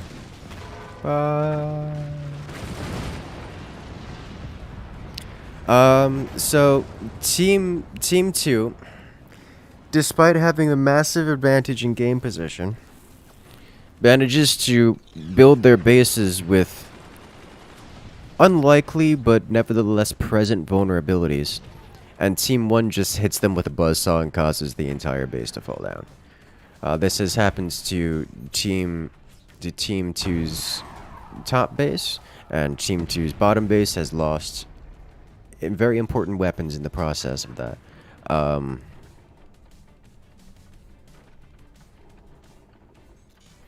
This is just what's going on right now. Team 2 had no reason to lose anything out of this. They've played risky. This was purposeful. They said, okay, I can cut some corners here. I can take advantage of our position by getting further ahead and just playing it a little bit risky, getting out extra weapons. All they have to do is leave a tiny little spot undefended, and Team 1 said, okay, we'll just chop your entire base down because of it. And you know what? That's what happens. It happens sometimes. So Team 2, honestly, in game state, he's not even behind. Like, it's a 2 versus 1, and Team 2 is not behind here. At least not by much. Like, it's close, but here we have a single deck gun firing, and the triple deck gun firing. Will this even the odds? Just about. Nearly completely wiping out Team 2's lower base. It's at a rough spot. Team 1's lower base is at a rough spot. Team 1's upper base is trying to expand, trying to get some anti-air on the field. It may be too little, too late, as with their low eco from their early missile rush, they haven't really recovered yet. Looks like Team 1 trying to rely on those buzzsaws to cause enough deformation to make the difference. I don't think it's going to matter. Team 2 is not in such a vulnerable state anymore. The shotgun comes through and defends, still taking a hit from the deck guns, but not a critical loss. I think Team 1 may have stabilized here with that flak coming online and the shotgun available. Team 2 may be able to defend, or Team 1 may be able to defend themselves here from the might that is Team 2. Uh-oh. It hits.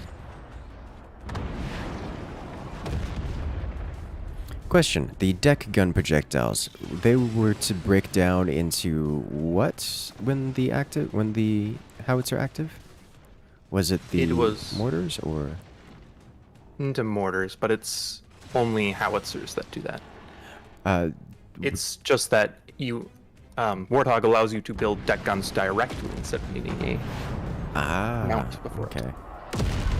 Okay. That's what it was. I was like wondering what was the difference in Warthog for the deck guns. There it is. You don't have to do the intermediate stage for them.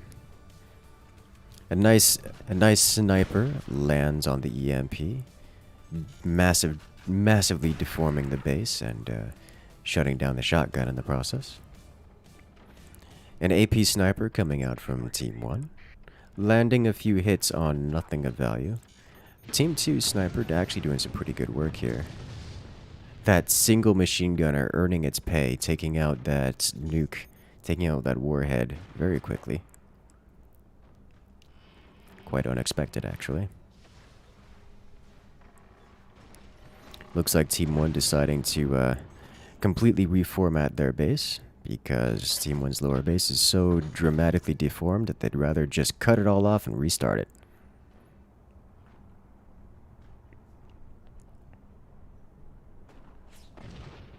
Oof. The sniper. It does so much damage. Unprotected weapons out of Team 1 get scouted and removed by a single sniper from Team 2. Unfortunately, Team 2 here run out of time. With 60 seconds on the clock, they don't have a whole lot of time left to deal the damage. Team 2 has to effectively wipe out both players out of Team 1 in order to come out on top, and this is not a good time to do so. Getting all the way to the core, I think given the eternity of time, I think Team 2 would probably come out on top here, but they've only got 30 seconds remaining. Like, Team 2 has just done so much damage to Team 1's everything, but 20 seconds and a dream. Now the nuke lands. It misses, actually. It goes drunk and goes wild. One more shot. That's not going to be enough. Team 1 survives, and with it, Team 1 takes the victory. Good job, Team 1.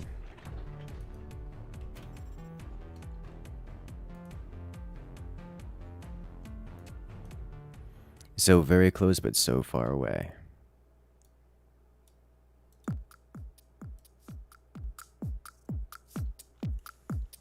Alright, so that was the best of 3 completed. And it was 2 wins for Saleswork's team.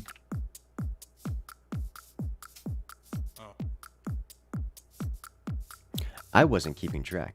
That's a good question.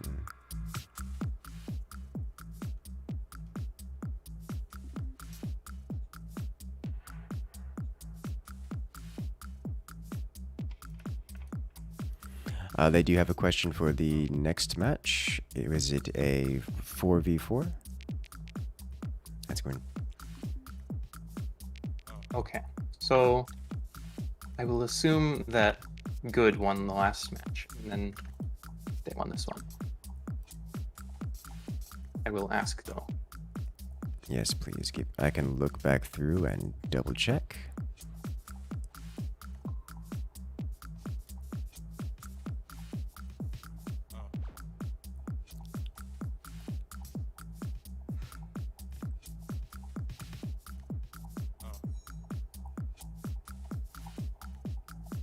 It is a 1-1.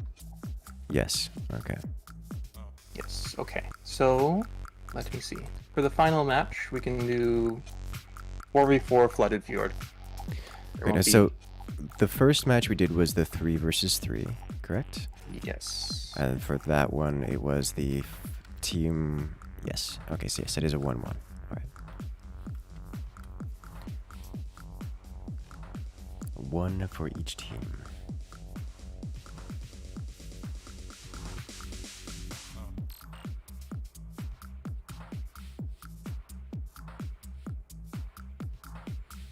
On this episode of Drunk Nukes Gone Wild. Yeah, I just completely missed the base. That happens. If only, if only.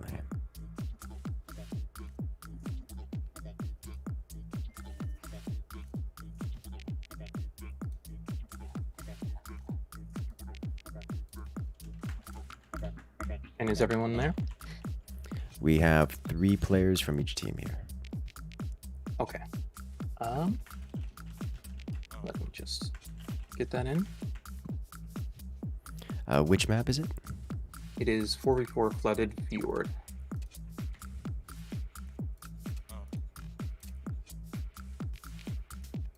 Flooded Fjord.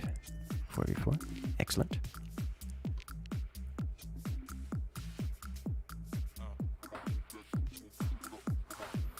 Okay, so this is... We need Eaton, Mech, Noah, and Kronk versus Stefan Zaltzvik. They're changing their teams on it, okay. Why are you like this?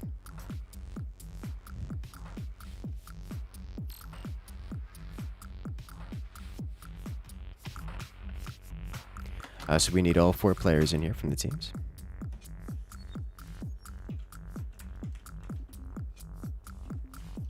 Ooh. And Barulo isn't responding.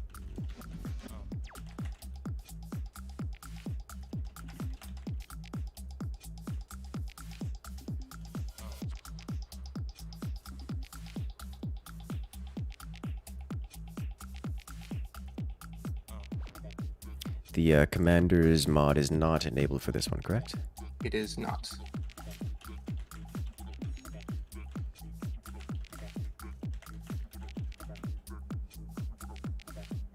Although I will note, they didn't particularly use their Eagle Eye ability that much. Well, unfortunate.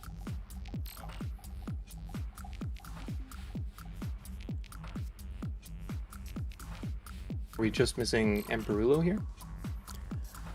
We are So we in the lobby we have Eaton, Mech, Zalzwerk, Noah, Stefan, Kronk, Finn, and an open slot. So we are missing Embrulo, yes.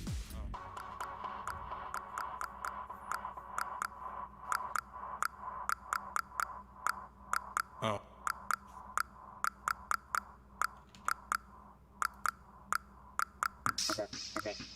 Oh.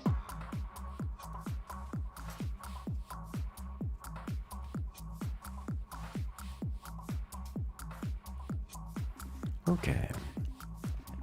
Geiga is coming. Sweet.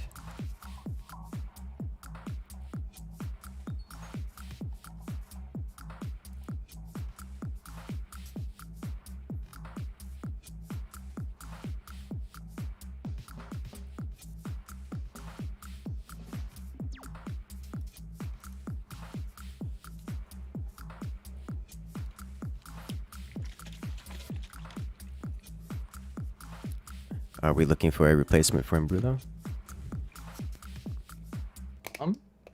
Still waiting. Was what did you say about Geiger? They were talking about Geiger in the lobby.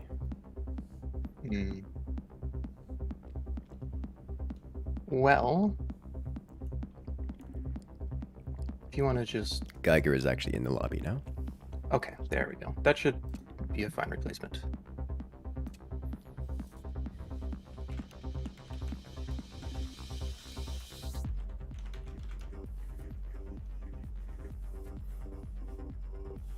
Okay.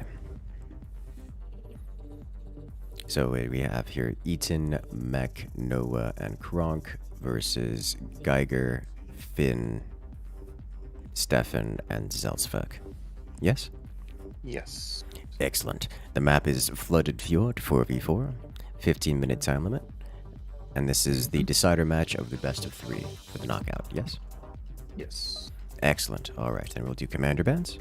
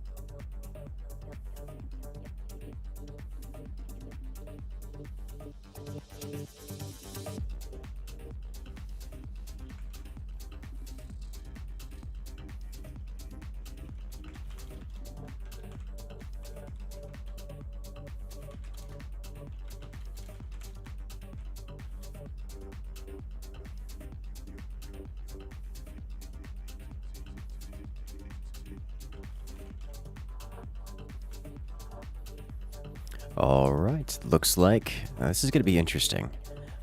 So Team 1 has banned Pinch Fist and Seep. Team 2 bans Scatter and Spook.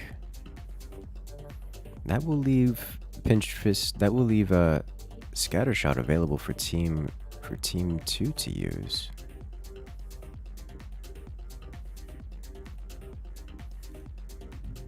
Which is going to make for a interesting potential option there.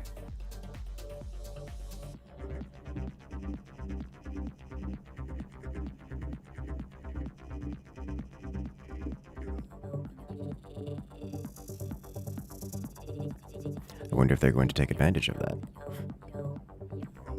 Well, it's a pretty close range map, so while it's not as effective, 20 mils in general are more effective, but scatter shot won't necessarily be better. Expect maybe rockets, because it's such a close range map. I understand why they did Seep, just because obviously that close range is gonna really be painful. Yeah, but the snipers though.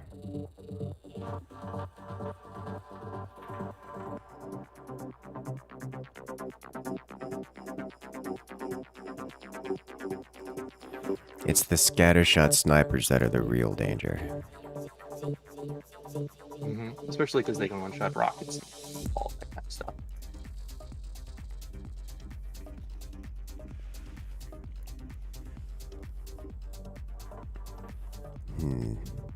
Okay, so we have the players almost ready to go. They'll be readying up in a moment, and then we'll get started. Looks like one of the competitors had to go feed their cat real quick, which I imagine won't take particularly long. Kitty, please. Okay.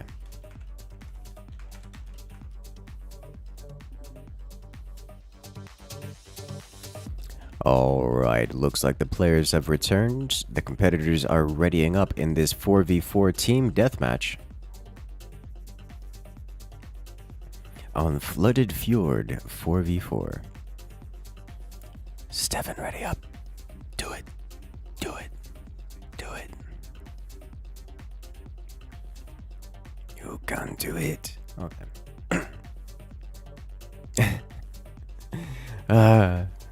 Okay, let's go. Time's up, let's do this. The match is starting right now.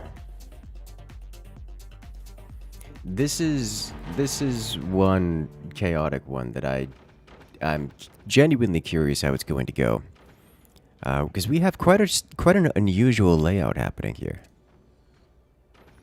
With the Team 1 going with the pinch fist option. We have, this is, Team 1 is Zaltzwerk, Stefan, Finn, and Sir Buzzalot, also known as Geiger. I don't know if Geiger's live on Twitch right now, if you guys want to check out their perspective in the first person cam. Facing off against their opponents, going with the Spook Commander. It is Mech 7, Noah, it is Mech 7, Noah, Kronk, and it should be Eaton? Eaton, yes. What makes this map interesting is in part it's quite short range, as Flynn mentioned. It makes for strong close range revenue, we're talking rockets especially. But also there is this rear base that is not really vulnerable until the forward base is destroyed. However, the rear base does have access to this upper platform, which allows it to participate, even if only minimally. So I'm curious to see how that's going to play out, because it can attack from the extremities. Albeit the extremities are not particularly great at giving good angles of attack.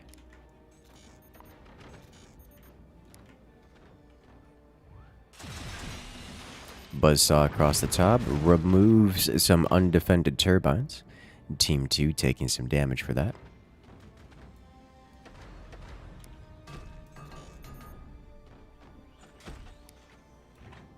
Good work on Team 1 for noticing the turbines and punishing them for their greed. Looks like Team 1 is going to be going for some earlier harass, opening swarm missiles in every field, which is quite a lot of damage potential. Team 2, on the other hand, is going for more late game play, picking up 2 factories and a munitions plant. Looks like Team 2 is also going for an early rocket opener. Potential early games damage suppression to keep Team 1 suppressed while Team 2 gets up and finishes completion of their heavier weapons. However, Team 1 fires first with an EMP and lands. That's going to be a bit of a rough position for Team 2, as it landed perfectly on Team 2's harassment player. Oh no! A little bit of anti-air. Anti-air sniper shuts down the EMP at the worst possible timing, alleviating the pressure off of Team 2. Uh-oh. Team 2 lands a heavy hit across the bow of Team 1's top base. Costly anti-air, using snipers and buzzsaws as anti-air to clear out those rockets can be worth it. But I'm not sure it was in this instance. As another rocket volley comes through, dealing even more damage. Team 1's top base down to 90%.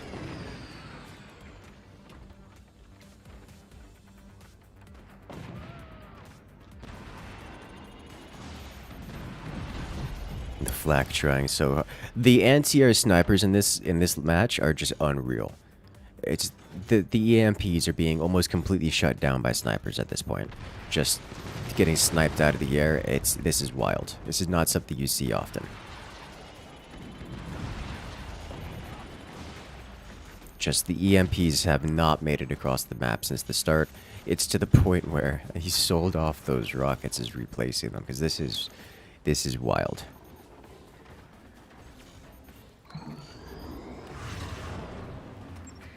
Team 1 is ready to fire, having upgraded all their swarms into warheads. They're about to bring the nuclear option. Flak coming from unexpected places is not enough. A nuke lands, but no major damage has been dealt. Sure, it splashed all over the place and will be a bit of a costly repair, but not even that costly.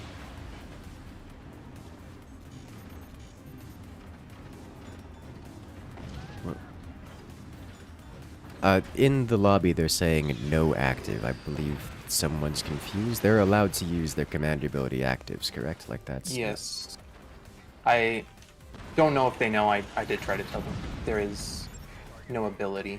No abilities turned on right now.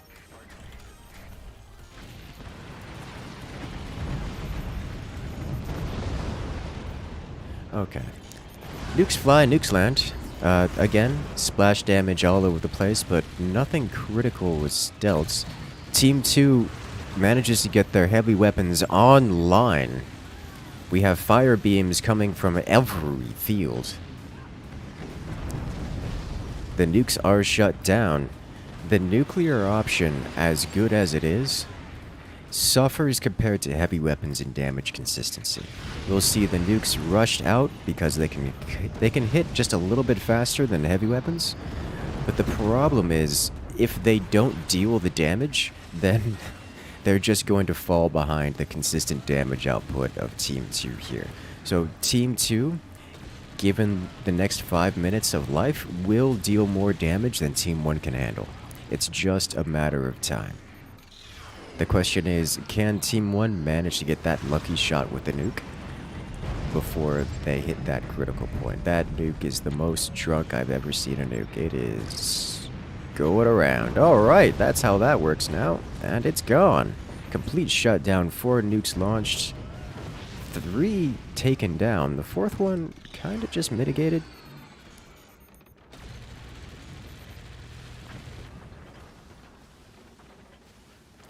So far, Team 1 has been utterly unable to land the damage. Despite having access to earlier weapons than Team 2, they've been entirely unable to actually land the hits.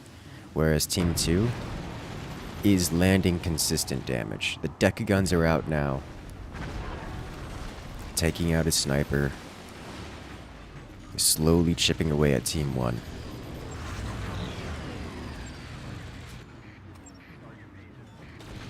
Fire beams. Are we about to have some core damage? Almost, but not quite. That's so much flak. Oh! Just incidentally, the nuke gets sniped out of the air by just wayward flak. So much shrapnel in the skies.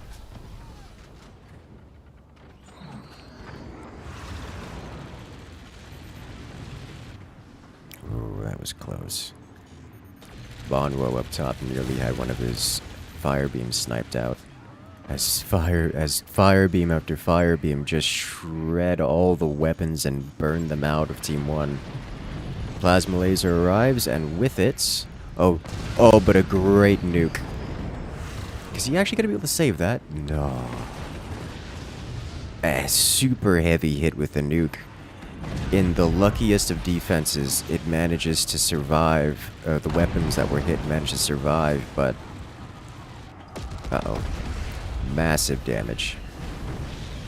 very nearly destroying the barrel from Team 1 here. If Team 1 loses this barrel, they lose access to this top area, and with it, Team 1 loses access to that entire missile array.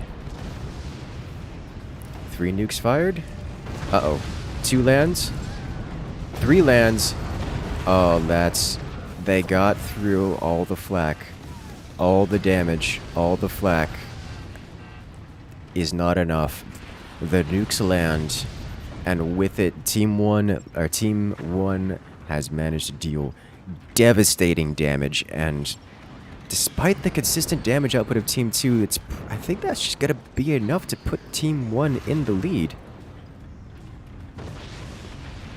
Team 2 loses access to the top rear expansion. That's devastating loss, as well as huge damage to Team 2's topmost base here, leaving it at 28% and shredding it, ripping all of its weapons away. At EMP lands, Team 2 is basically out of anti-air at this point. They're struggling to get their anti-air back, but it is not enough. Those top missiles, they're almost entirely uncontested. Yeah, the nuke goes through. Gets a clean hit.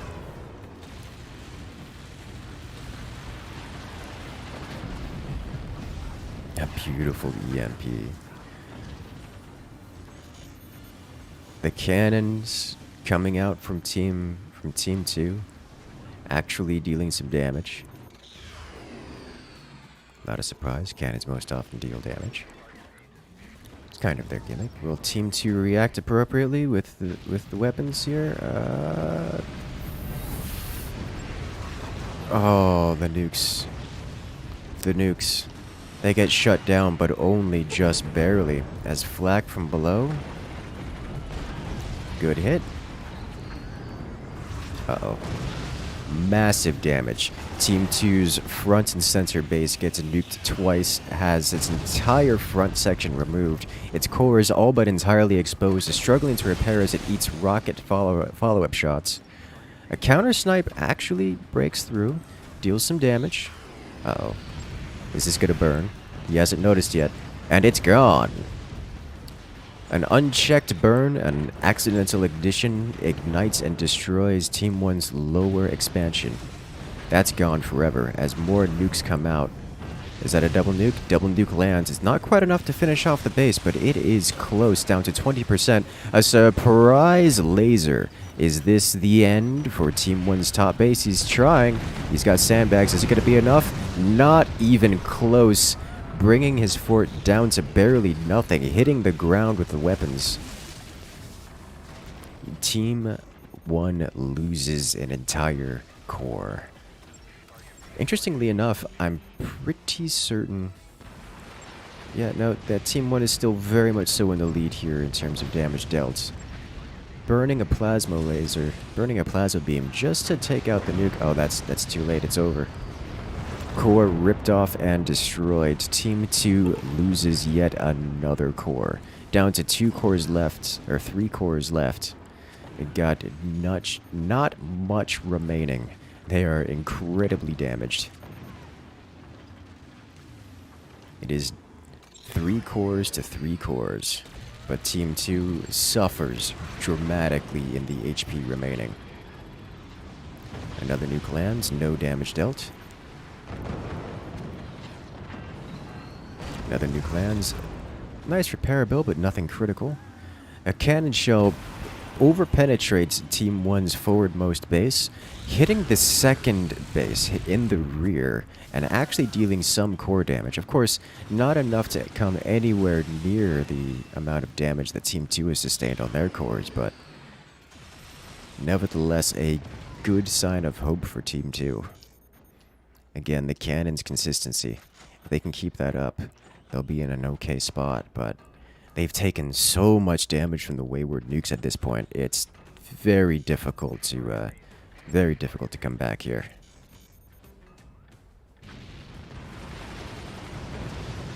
Team 2 actually looks like they've got enough anti-air at this point to semi-reliably clear the skies.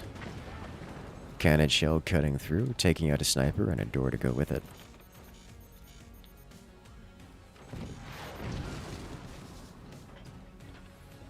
Looks like Team 1's forwardmost base is just hard-walling everything at this point. No turbines. They've had enough. The cannons from Team 2 are just too powerful. Buzzsaw hits. Oh, is that it? That's it? Team 1's lowermost base a little bit too greedy, defending with nothing but wood, and the buzzsaws are enough to chop it through, completely disconnecting Team 1's lowermost base. The remnant of his base is immediately claimed by his teammate, but that leaves Team 1 with 2 cores at 100% and 97% respectively. Interestingly enough, with Team 2, Team 2 has a combined total of 148% of HP. That's not even 2 cores worth of HP. So when this goes to the timer in 30 seconds, unless Team 2 manages to actually eliminate another core, Team 1 will come out on top, as they just have more core HP than Team 2 does. That's going to be an upset, and they're not expecting this. I don't think Team 2 knows that they are the ones on the clock, although they're trying. Oh, but they get a hit! A solid hit on the core, bringing it down to 77%. It's not going to be enough, with Team 1 taking the lead and the win on the timer.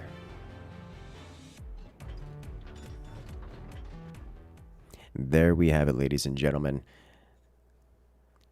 That's going to be Salzburg, Stefan, Finn, and Sir Buzzalot taking the victory in this best of 3 and moving on to the next stage of the bracket.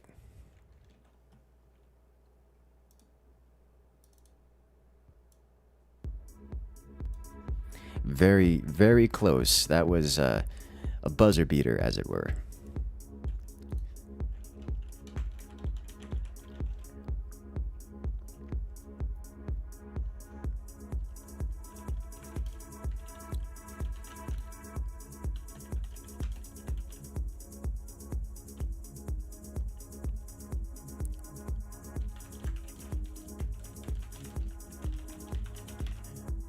I actually need to remake the lobby here real quick. Give me a moment, but go ahead and get the Uwu and Seep team ready to go.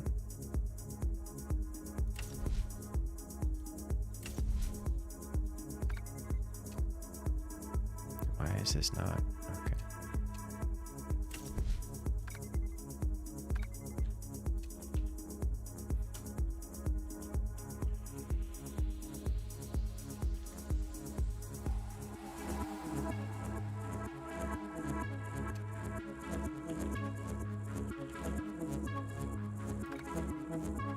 All right.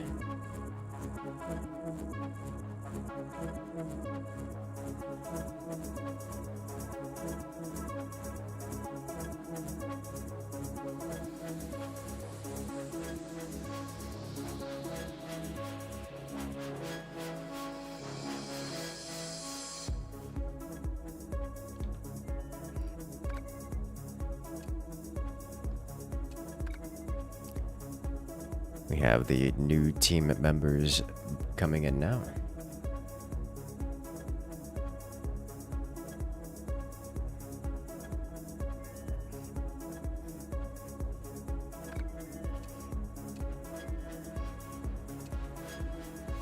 And it should be 4 players, because we're doing a co-op game. All right. So a 2v2, is it? Yes. Excellent.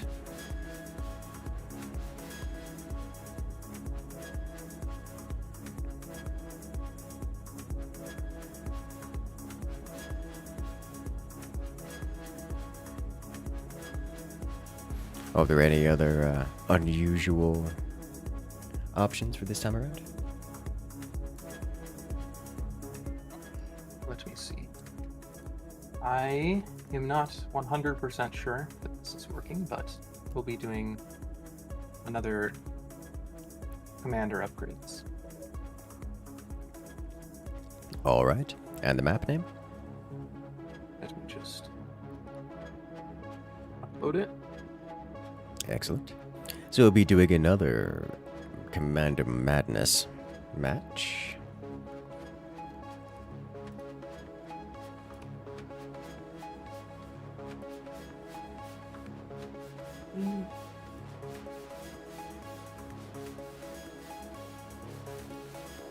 That's the one.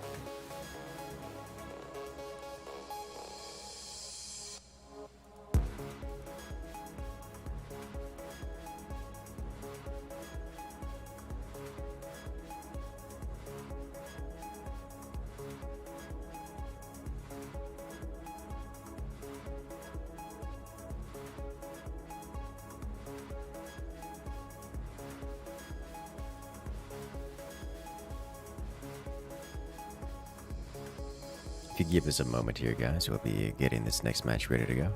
I do have 5 players in the lobby at the moment.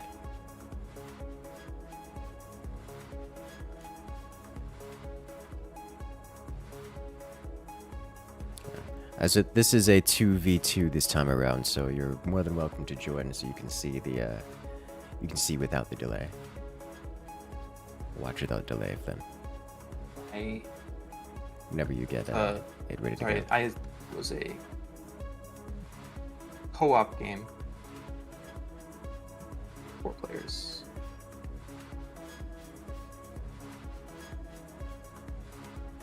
Let me see.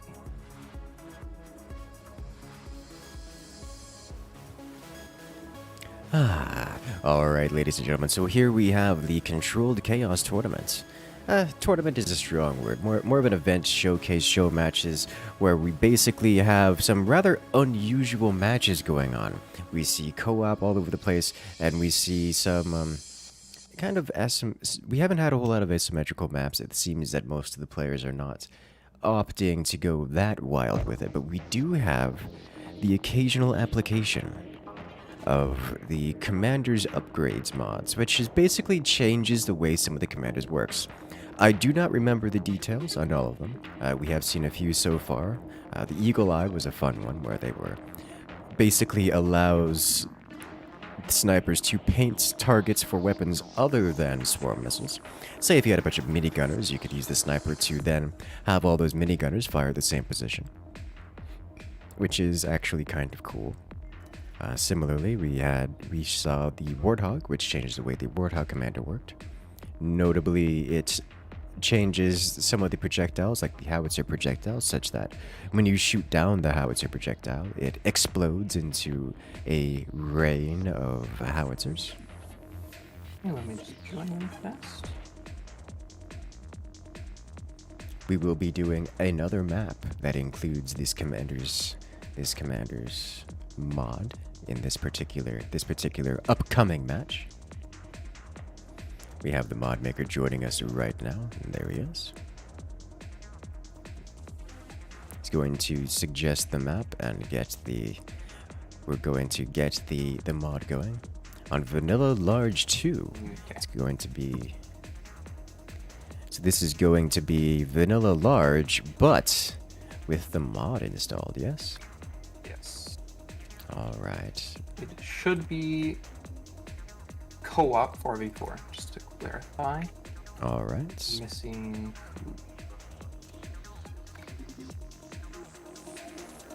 Who do we have in there? Sorry. We have Jim, we have Dami, we have MC72K, we have Mateo, Bowser, Alex, and Malme. It looks like someone from Team 2, that's Mateo, Alex, and Malme, are someone from that team is missing. Let's see, Mateo, Alex, Malme, and MC are here. No, I think those are all in the same team. So we are actually missing someone from Team 1. Bowser, Dami, and Jim is missing. Bonwo. Missing Bonwo.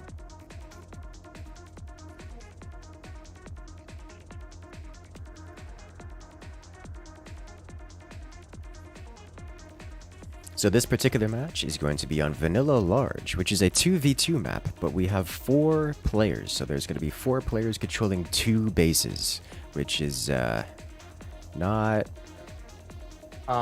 Make sure, actually, it's not supposed to be co-op, but it is just 2 players in each base. So team deathmatch. Yes. Okay. So it'll be team deathmatch. It'll be kinda sorta co-op, where 2 players will control each base.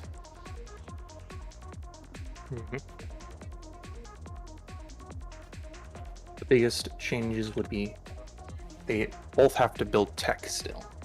Yes.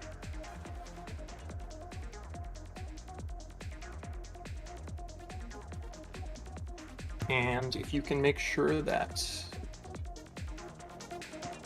Which team is it? Let's check.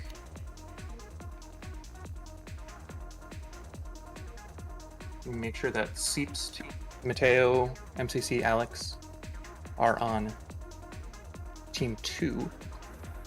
At this point in time, yes. MCC, Mateo, Alex, and Malme are on team 2. That is perfect. Okay.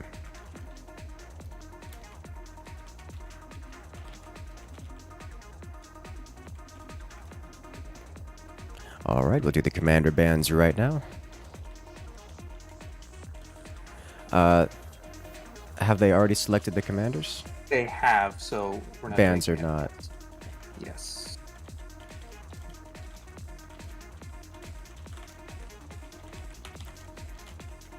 Okay.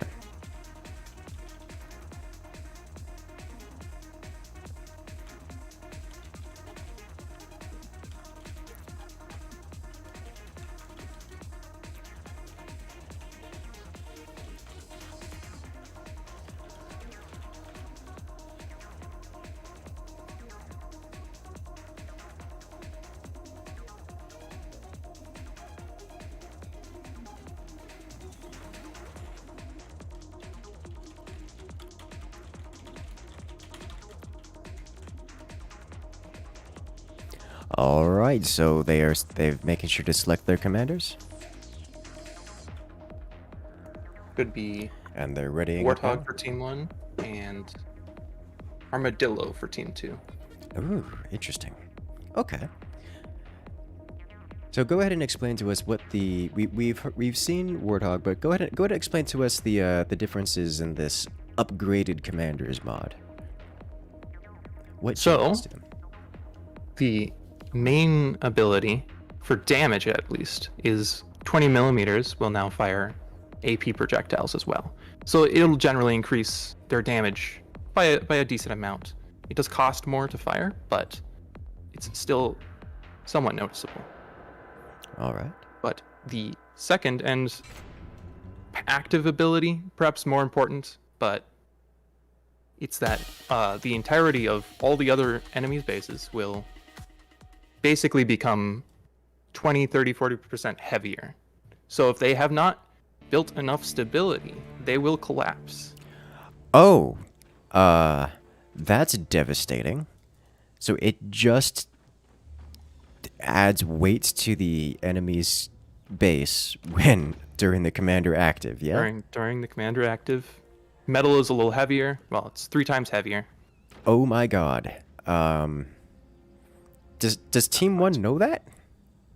I mean, they did look through all of the commanders, so it's not significant. It's not significant if they haven't built stability. If you want, I wouldn't tell them exactly what the commanders are, but they did go through and they chose, so they should have seen it.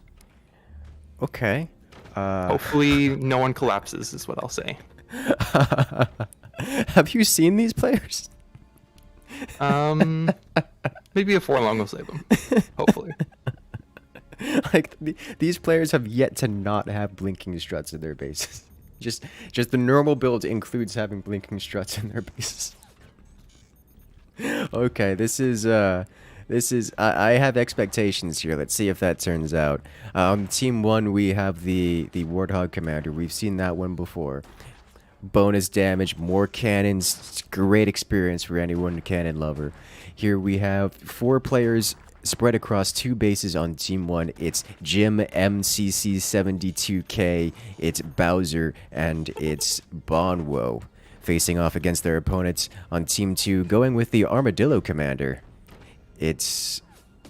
I mistook... I missaid Team 1.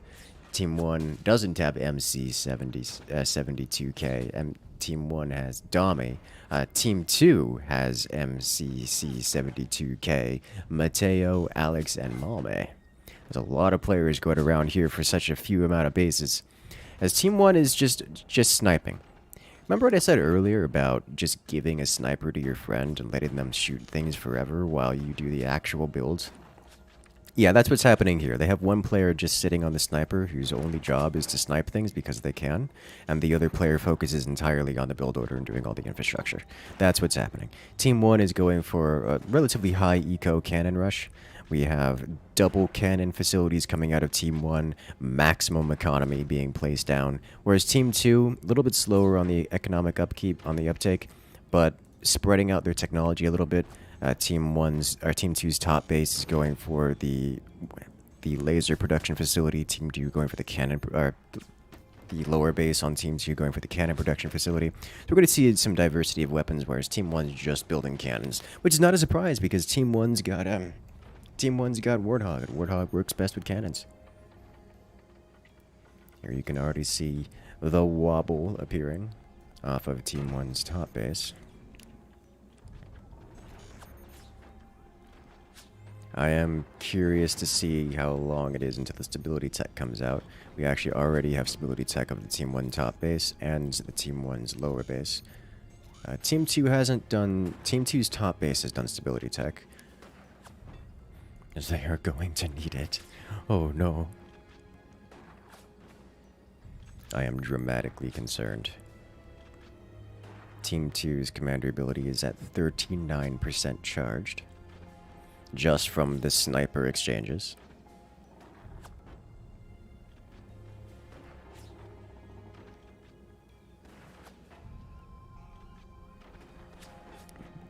Up to 40% now.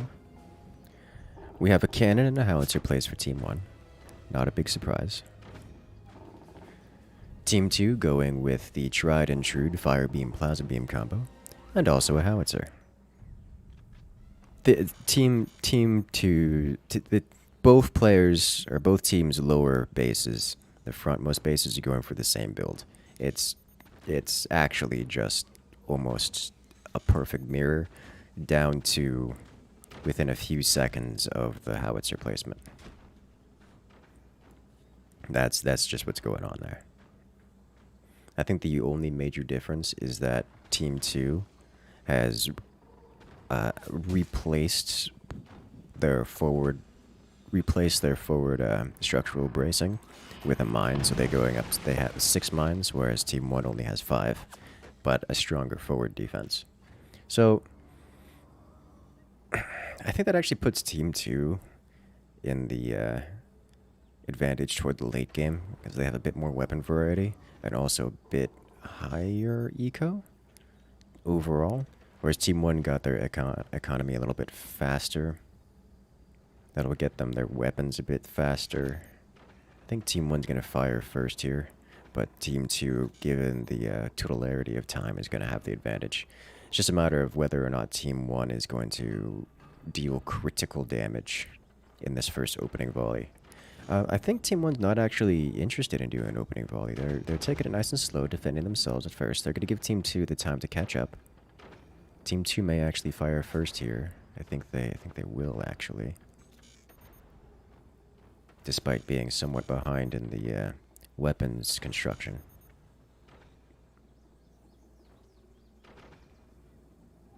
Team 2's not going to open with some kind of crazy volley here. I'm not expecting immediate destruction. It may actually be in Team 1's best interest to let Team 2 fire first. If Team 2... Oh, both howitzers fire at the same time. Team 2 misses. Team 1 hits pretty hard. Both charging their commander abilities up to full. Oh, there's the commander ability active. Oh, the bases, they struggle. They wobble. A few broken braces, but nothing that causes a full collapse. They hold. The bases hold strong. Ooh. Oh yeah, that's rough. But with the charge commander abilities, Team 2 is going to hit just so much harder. The howitzer lands, cutting deep, doing massive damage. That's going to be a chunky repair build. Another commander ability active, blinking struts all over the place on Team 1, but they hold. Howitzer flies, howitzer lands. Not as much damage dealt. Plasma beam follow-up, but runs out of energy. Can't cut all the way through. Commander ability active from Team 1. Oh, howitzer gets shut down, splitting into a couple mortar projectiles, taking out a couple of those machine gunners, which is convenient. With the Warthog active, however, that will rearm the howitzer, allowing it to fire again, which I'm sure they would have immediately if they had the energy to do so. Howitzer projectile gets shut down once more. Double cannons up top, although they don't really have the money to fire them at this point in time. Howitzer flies, howitzer lands, fire beam. Oh, that's massive damage. That's it. Base collapses under the weight of the active. The plasma beam cutting a load-bearing strut, and with the commander active causing additional weight onto Team 1's fort, the entire thing comes collapsing down. Stability tech not enough to hold up that level of mass. Howitzers clashing in the middle of the map. Team 1 in a rough position now. With only one howitzer to their name and a lot of anti-air, Team 2 is definitely taking the lead. Strongly taking the lead as the game goes on.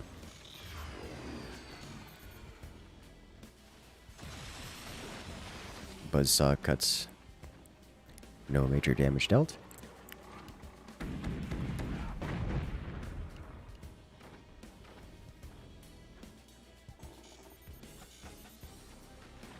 Right, here we have it. I'm wondering if Team 1 will repair the damaged segment of their base behind. Oh, that was close. Team 1 used their howitzer as an anti-air against the incoming howitzer round. Team 2 responded by trying to door snipe it. Very nearly succeeded. That was just a few degrees off. Oh, nice combo. Right there, Team 2 used the buzzsaws to cut a hole through Team 1's forward section, trying to destabilize it, then activated the commander ability to try to rip it off. Didn't quite rip it off, but oh, that's vulnerable. Plasma beam follow-up. Did you get it? Oh, you're basically zeroed in. You can do it. Oh, why is... Oh, he doesn't have the energy. Does have the energy. Why aren't you firing? There you go. You got it. Team 2 with the victory. Congratulations, Alex, Malme, Mateo, and MC72 on their victory over their opponents in this round. And there you have it. They will knock down Team Uvu into the lower bracket to face off against the next opponents here.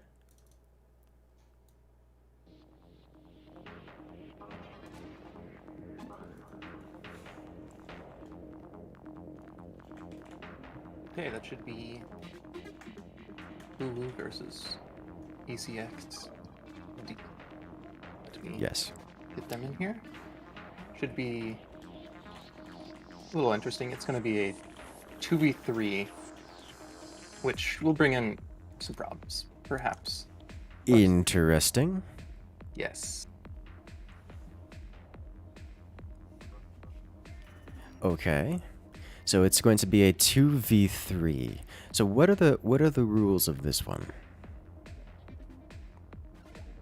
So, the idea is one of the teams can start by claiming the 3 side. Basically, the 2 versus 3. The side that has more bases has just straight up more stronger.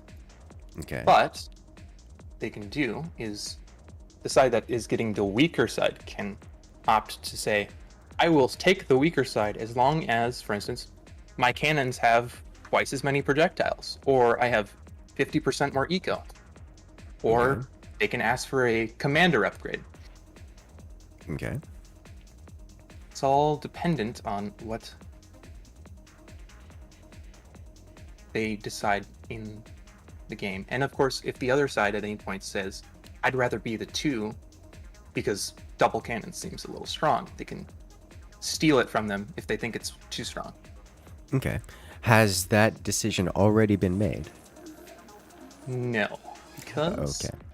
little difficult. Did not know who was going to win. Okay. We're just going to do it in the lobby. Okay. So if that you could handle that on the Discord, that would be great. Ah, yes. The lobby's a little bit chaotic. Cool. What is the name of? Well, I'll let you figure that out in a moment, because we need to do that. Let me ping everyone. Okay. So Jim is going to sleep, and Patriot is replacing them. Just heads up. Okay.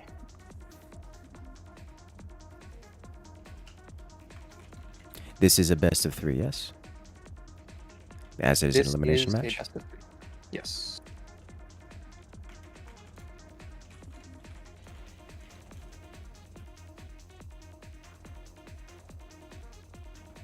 The map is 2v3, oil field 2v3. Okay.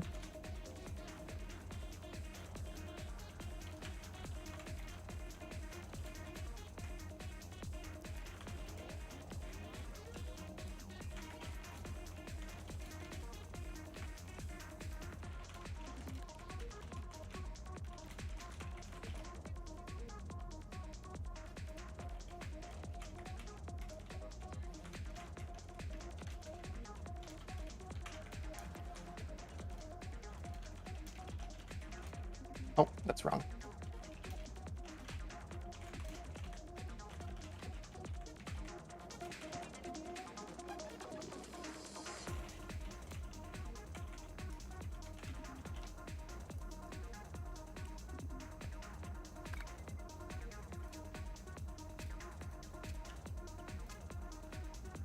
That's Oilfield Ruins, you said, yes?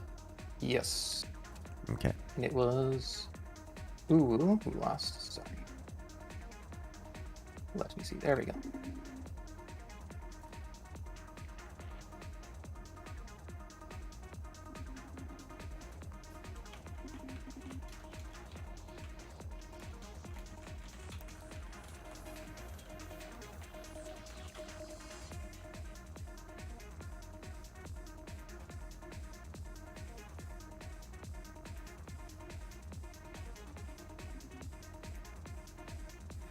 Okay.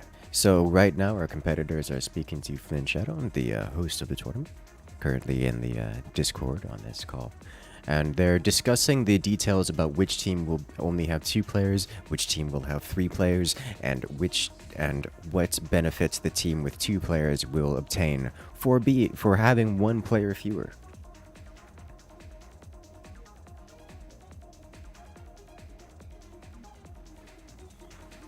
We're going to see some absolute chaos here. You guys looking for controlled chaos? But it's about to get pretty uncontrolled here. Lord knows the armadillo. The armadillo just requires such a dramatic change in the way you design and build your bases to account for the different forces. I was not at all surprised to see the entire base just collapse like that.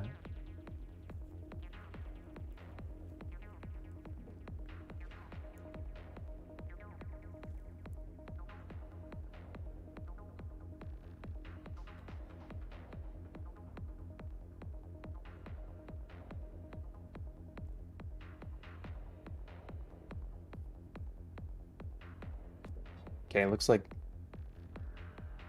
Team Uwu has chosen to get the higher base number, but let's see what Salzwerk is getting. Okay. Was Salzwerk's team Did they also want the 3 bases? They did not say so yet, but Because if they also want the 3 bases, then someone's gonna have to bargain to get or else they're gonna Yes. get put on the 2 teams.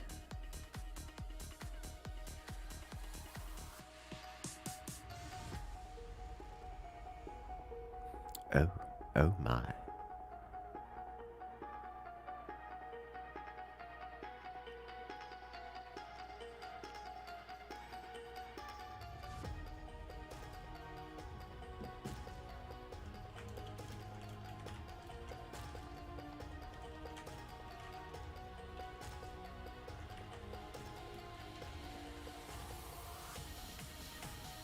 Makes you wonder, like, game theory wise,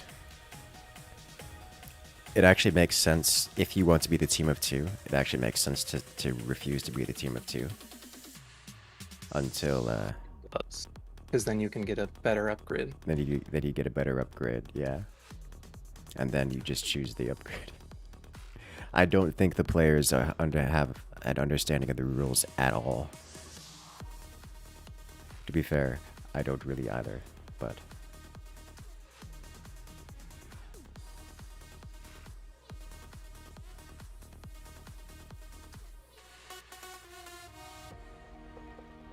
Little chaotic. Yes. It looks like Bowser understands what's going on here just fine.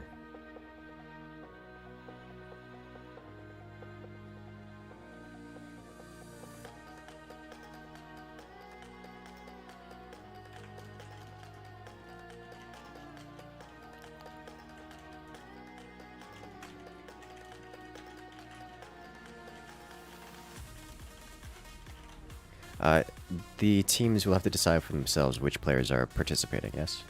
Yes. Although, who was last? That was Ooh.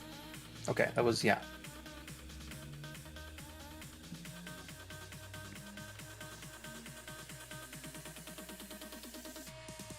Okay, I think just for now, until I get a better explanation, because they're not quite, it's not quite going so well. I think we can play a different map. We can do 2v2 2v2 crossfires. And we can come back to this because it's a best of 3, so we'll get back to this round anyways. One second.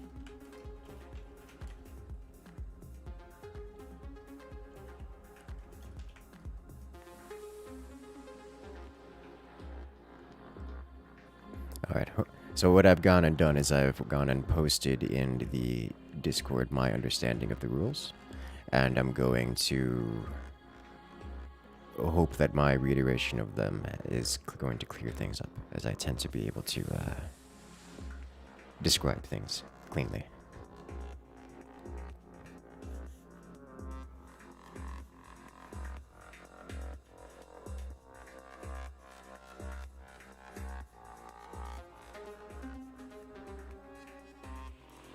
Okay. I think Bonwo and Bowser's team fully understand what's going on here. Zaltzvek's team less so. Yeah, I think for that, we're going to do the 2v2, like I was saying before, and we can get back to this, and because it will be 2v2, there'll be two people to... I think Zaltzvek is getting it now. If we want to try to respond to that real quick. Okay, because they want to be the team of two, which is perfect. They need to only choose which mod they want.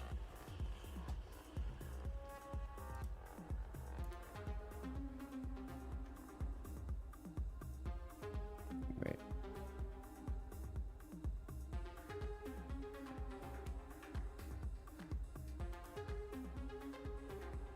Yes, so we'll be able to go through this one in a moment. I think. Should be able to. Yes. He's got it. He's got it. They figured it out. Excellent. Just a little bit of chaos. We'll make it through this just okay.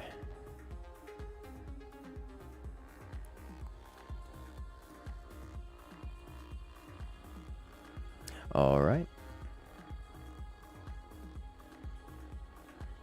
So they've chosen, so Zaltzvek team has obtained commander upgrades and 20% bonus eco.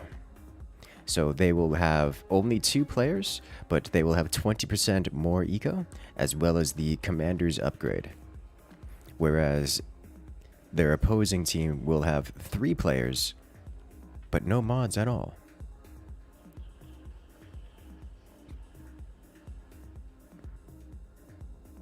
So there's going to be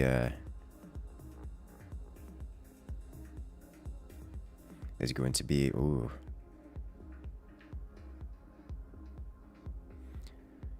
There's a bit of bargaining going on now. It seems team 2, the team of 3, potentially wants to lose a player to take those mods.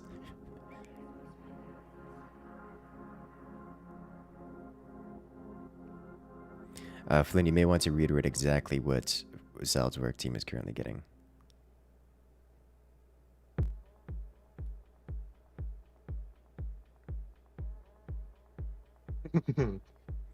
Oh, it's getting heated now.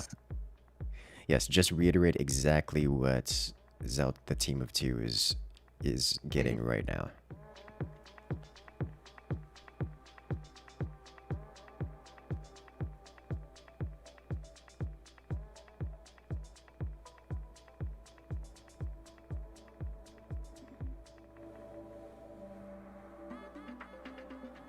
They're attempting to.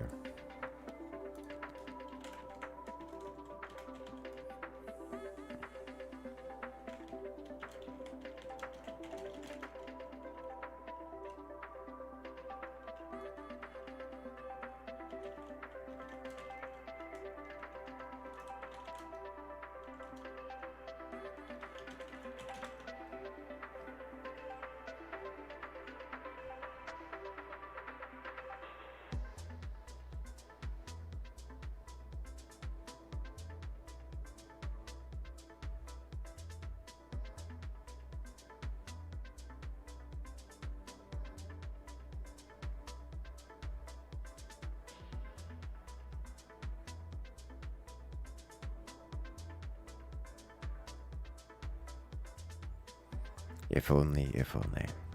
Which player will we sell for mods? That's exactly what's going on right now. I don't think it would be a great idea for me to show the Discord going on about it, but it's that is exactly what's going on right now. Everyone's bickering about. Wait, who are we selling off for mods? Well, like straight up, Bonwo just left the lobby because they want to only have 2 players so they can get the mods.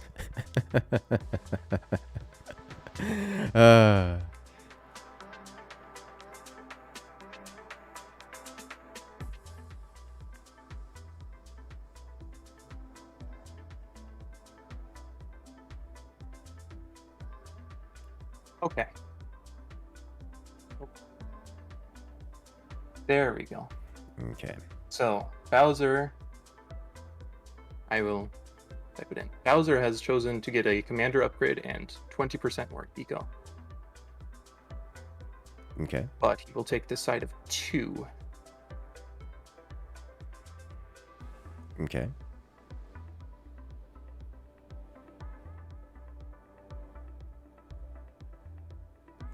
So now Salzburg's team will get 3 unless they want to take a lesser buff for team to be on the team of 2, correct? Oh no. Yes, I think so.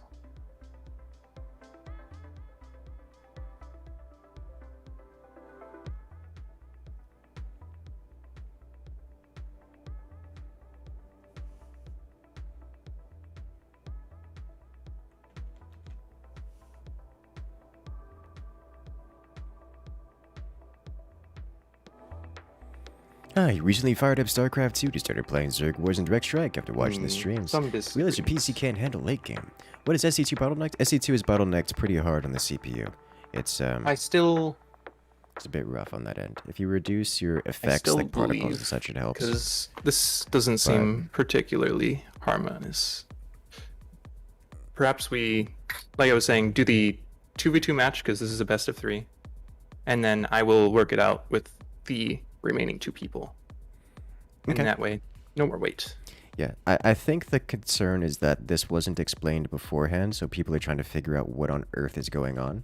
Yes, I'm terrible at explaining stuff, unfortunately. Okay, so if we're going to make that decision, then we're just swap it up. So we'll swap it into a 2 versus 2. Yes. You said? Okay. A 2 versus 2 on what map? And will there be the commander mods, or is it just 2v2? It is just 2v2. Okay. It is called 2v2 crossed wires. Okay.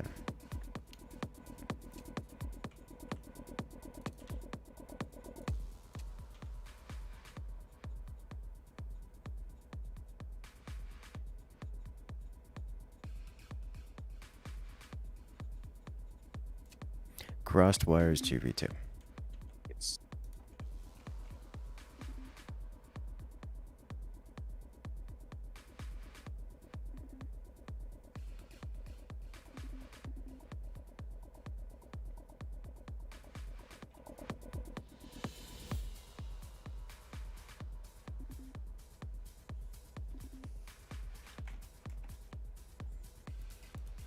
Is this team deathmatch or co-op?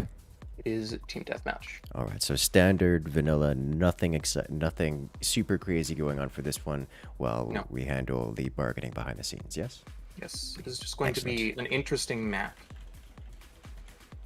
And is there 4 people? Okay, it looks like, make sure that there's 2 players per team.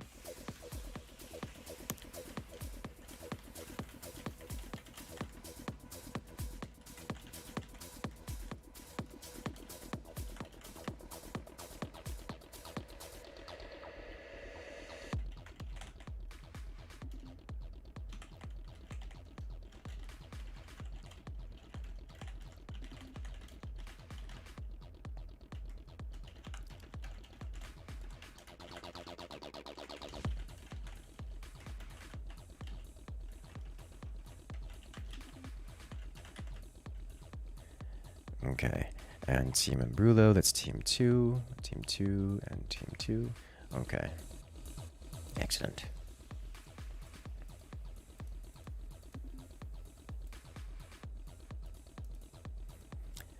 And Team 1 bans Scatter and Pinch. Okay.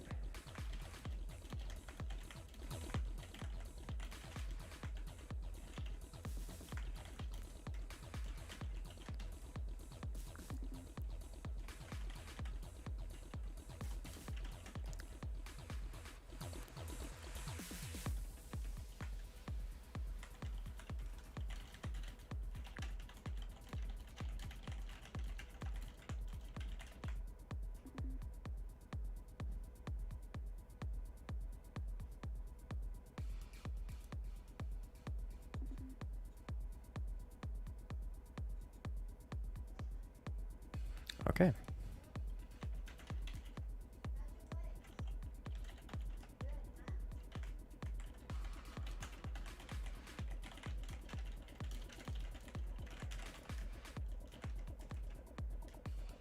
Excellent. All right, we are ready to go. And we'll be jumping into this round. I imagine you guys will have great fun dealing with the arguments behind on Discord, and I will check back with you in a moment after we get through this round. All right, let's jump right into this match.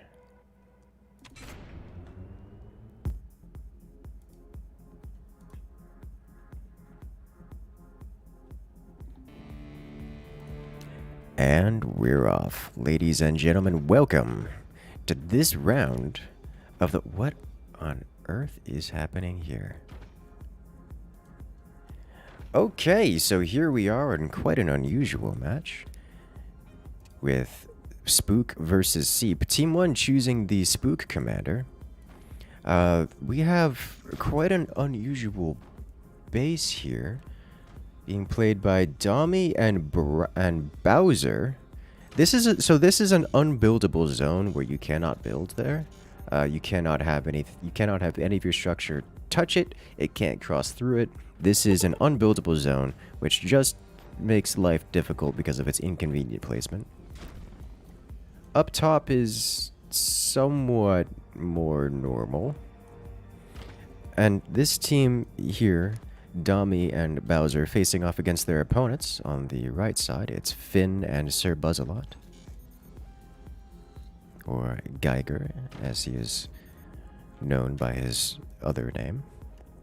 I believe that's also his Twitch name. I'm not sure if he's currently live on Twitch. You guys can make sure to check him out. Geigen Gamer. What happened if you core swing at the no build? I believe that's just self-destruction. It counts as a solid... Nice stream. Ooh. Have some money. Oh my. Thank you, thank you. It counts as solid wall and floor for the purposes of any kind of structure. The only thing that can pass through it are weaponry. I assume... I've never tried core swinging through it. I assume it would just destroy the core, as everything else that touches it is destroyed. Any structures and the like.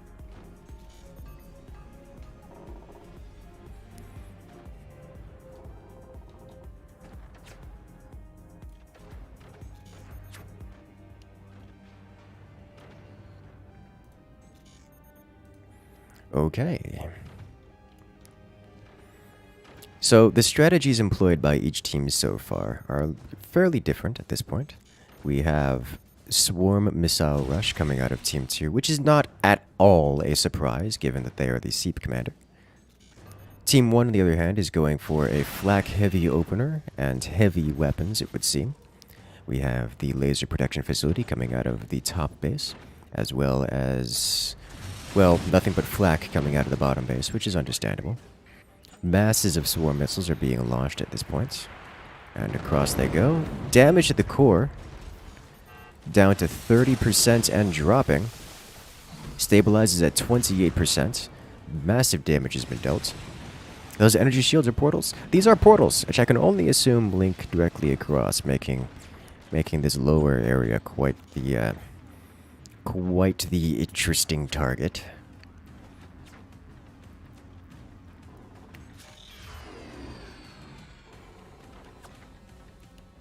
If only, if only. But the swarm missiles not usually dealing damage, but combined with that buzzsaw, managed to cut just deep enough to ignite the core and cause some fairly significant damage. Buzzsaw cuts deep, but now Team 1's top base has metal, so we won't be seeing that anymore. At least not punching through.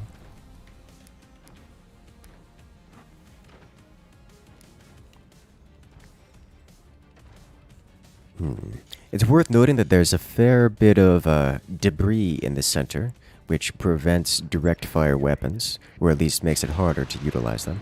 We'll see swarm missiles colliding on those as well. I don't know if Team 2 players here have noticed that. Looks like both players in the lower bases have all but decided to just not defend their core because of that one block in front of it.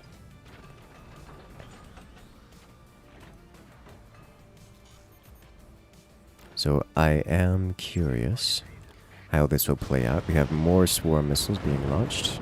I think that should be a dead giveaway. The swarms will not reliably make it through that gap. A buzzsaw cuts pretty deep, leaves the flak exposed to the sniper, which takes its shot.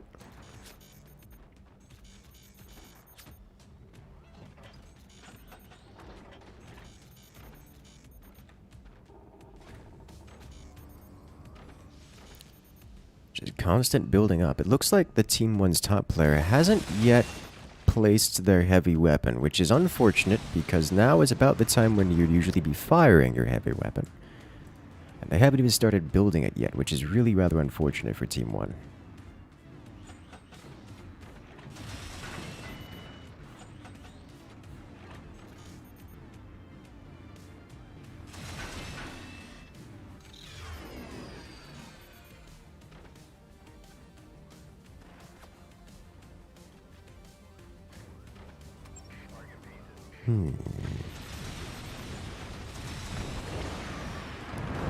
Swarm missiles launch. Nuke launches. Remember, with the seep passive enables swarm missile or enables warheads to be destroyed and burst into swarm missiles. So if those warheads are shot down, they will turn into swarm missiles, which will do at least some damage.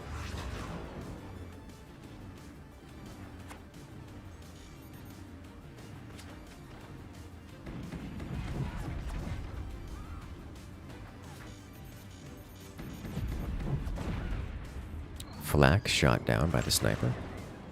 Sniping's been pretty good. Nuke makes it clean across. Nuke lands, dealing some fairly significant damage, but not game-ending just yet. Oh, that's bad. With the doors gone, that's open to snipers. I don't think they can save it.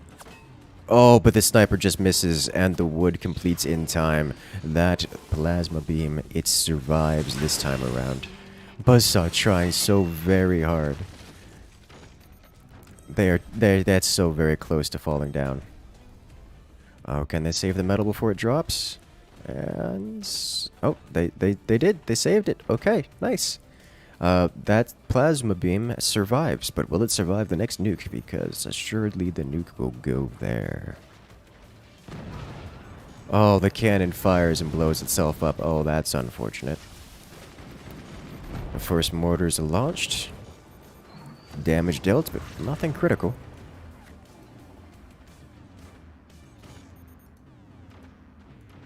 Okay, alright. So Team 2 is nice and stable with nukes launching. Team 1 has finally brought their plasma cannon, their plasma laser, plasma beam online. As the swarms launch, the mortars lands. It is about time Team 1 actually returns fire, as Team 1's kind of on the back foot in every way.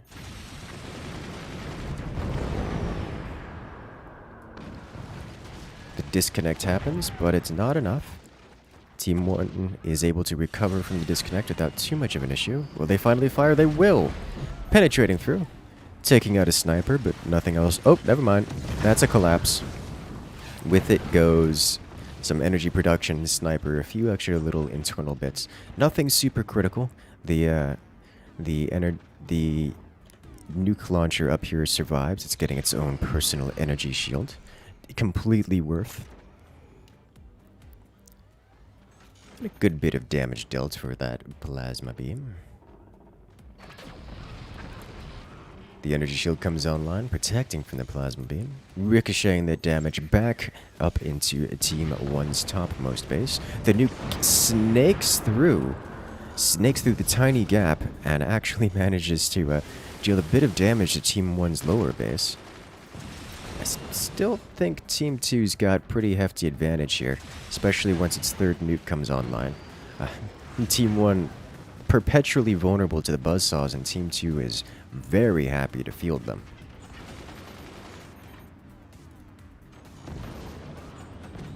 Looks like... oh, but the cannon coming out of Team 1. Team 2 is unprepared for that, and it just does damage. Taking out a pair of buzzsaws. Remember, the nukes, they're not expensive, but they're not expensive and they deal a lot of damage, but they are fairly RNG dependent. Typically, these strategies that employ nukes hit early, hit often, and try to deal as much damage as possible.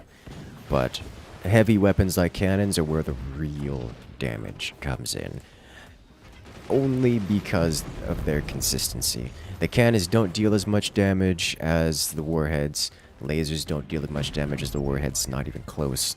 But the consistency in which they can hit their targets makes them worth it in almost every instance by quite a significant margin. So what we end up seeing is we have a team that has gone for heavy weapons, which will inevitably... okay. That's how that works. We have a team that's gone heavy weapons, which will inevitably destroy their opponents. And we have a team that has gone for nukes, which has a good chance of destroying their opponents, but it doesn't have the inevitability that the cannons do, not to the same degree. The only benefit they have at this point is that they started firing earlier, so they get to put Team 1 on the back foot, which they have successfully done. You see Team 1 struggling to keep their weapons attached. They've already almost entirely lost a core. It's a rough... Team 1's in a rough spot, and they were put in that rough spot before they even got their weapons out, but now that they've got their weapons out, every single time they fire their cannon, every time they fire their laser, they're doing damage. And Team 2 can't just keep eating that damage. It's gonna put them in a bad spot. Sooner or later, they're not gonna be able to keep up. Swing and a miss. Oh, well, there it goes. And there it is. Laser straight to the core. Team 2 loses their lower base, and with it, 2 of the nukes. But Team 1's down to 1 nuke left, and it lands. Manages to deal some fairly significant damage to rip Team 1's little connection to its weapon.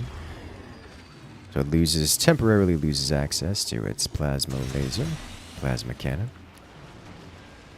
Whereas it just did massive damage at the front as well. The cannon from below slamming into the energy shields and protections on Team 2's turbines. Looks like the Team 2 players decided to expand to his lower teammates' remnant base as weaponry splashes across the top of his fort, actually disconnecting his nuke launcher up top, which is not the world he wants to live in. That is both disconnected and on fire, and about to completely fall apart as he's focusing down below, trying to reconnect to all these goodies down here. A buzzsaw from Team 1 disconnects it as the energy laser comes in, and it does even more damage, completely removing all the metal in that segment of the base. He's struggling here. He's reconnected to everything at this point, but only just barely. He's got to fire his weapons. The Team 2 player does not have enough energy production to fire any of his nukes. He's just now barely scrapping together enough to... Oh, no, he's getting enough to fire. He's getting it. So he will be able to fire his nukes here in a moment. There it is. There's 2 of them. 2 fly with the commander active. Both lands, but one having gotten drunk splashes just completely elsewhere. Massive damage dealt splashed across all over the base, but not enough in one place to make the game-ending force required to actually turn this battle around. As is, it's just a rough spot for Team 2 right now.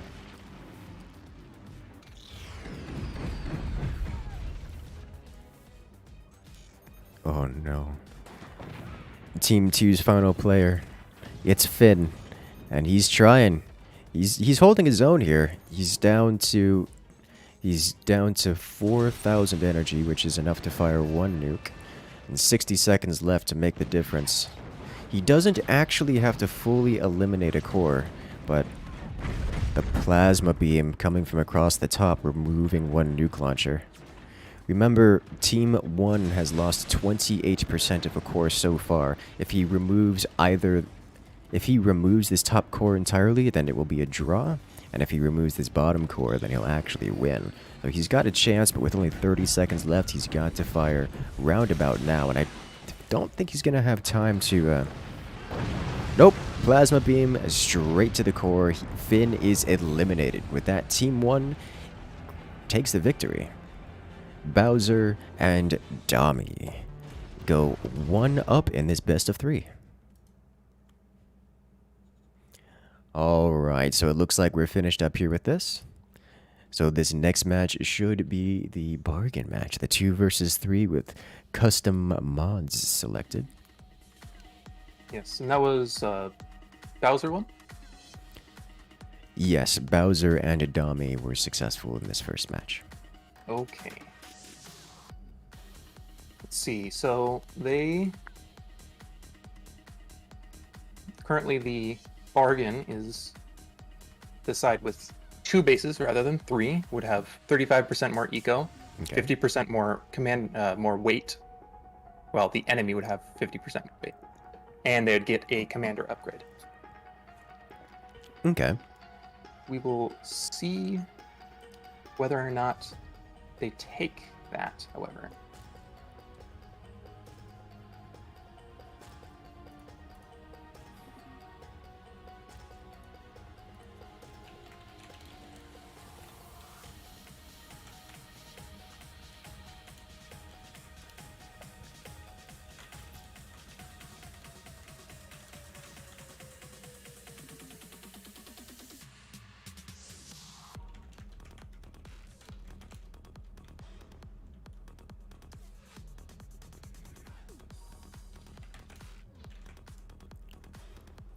Okay, looks like Salzburg has chosen to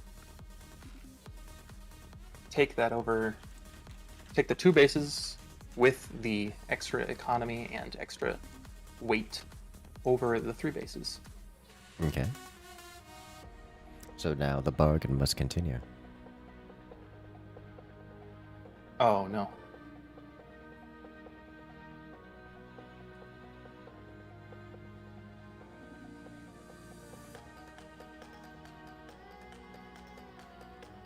Now Bowser doesn't want this, but we'll continue.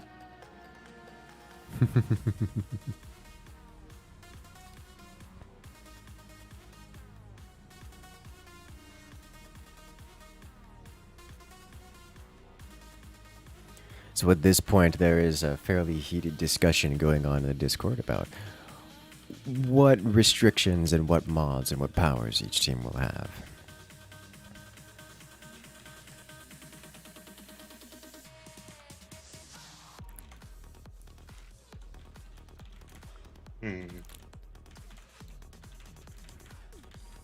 Did not go well.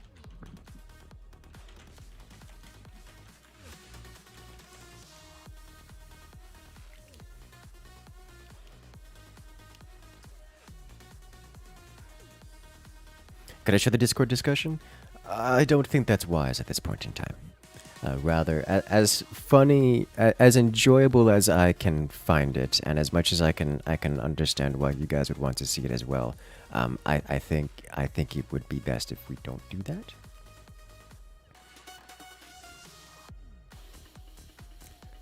Let them have their sass and trolling and mild rage stay private for the sake of everyone's sanity. I will just simply say that there is some behind-the-scenes cloak and dagger going on. And a fair bit of accusations at this point.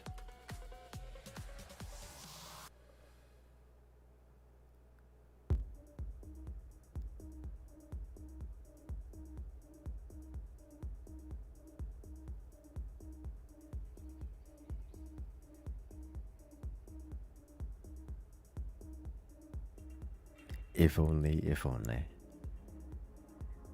The chaos ensues. It is definitely uncontrolled at this point, like entirely uncontrolled.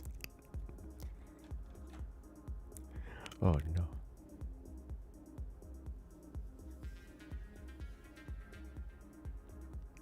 It's chaos controlled, so they know what they signed up for. So one of the issues that they're having is that they don't really... it is, as far as I can tell,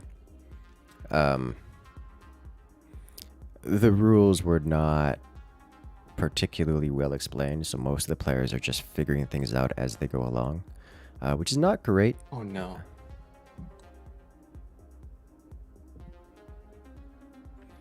So as much as there is chaos, and as fun as the bargain idea is, I think it really needs to be worked on as a concept, because we've basically been having players argue about what the rules are for the past 30 minutes, and that's just what's going on.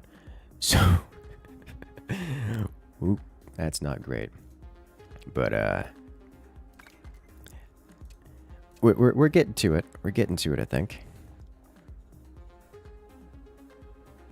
It also doesn't help that it's getting really late for some of the players here. So, yikes.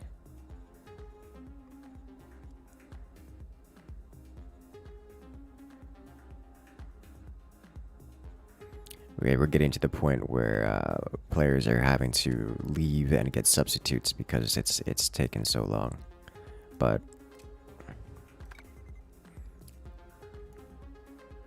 I don't think commander bans make sense here, because the team with the mods gets to choose. Are there commander bans for this one? There are not commander bans. Okay.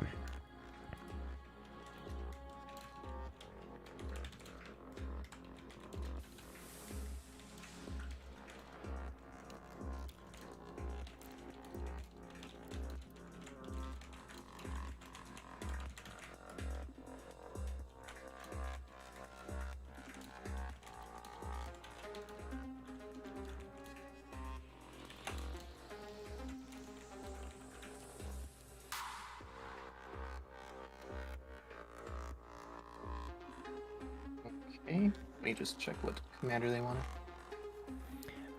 I think Bowser may be rejoining the argument here in a moment. Then.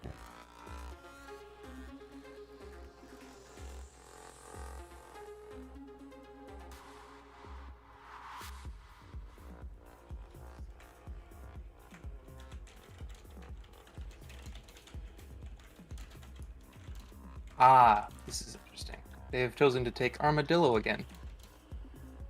Paired with the already increased weight, I suspect this may cause problems. More than a few.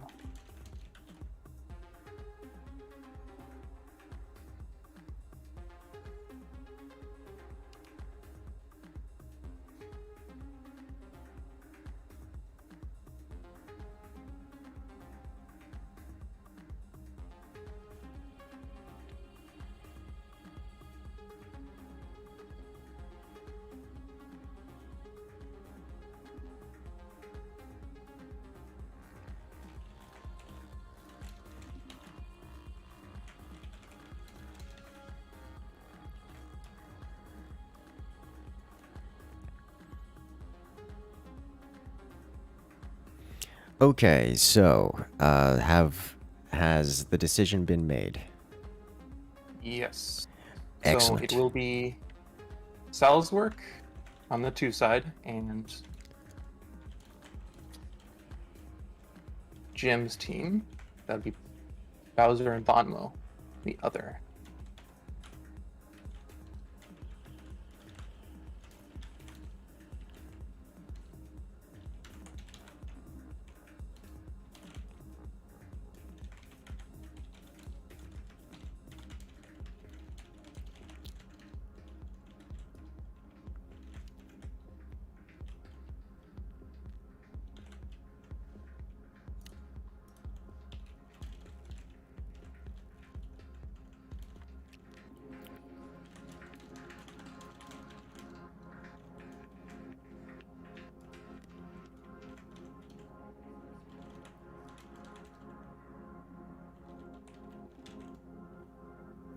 Okay.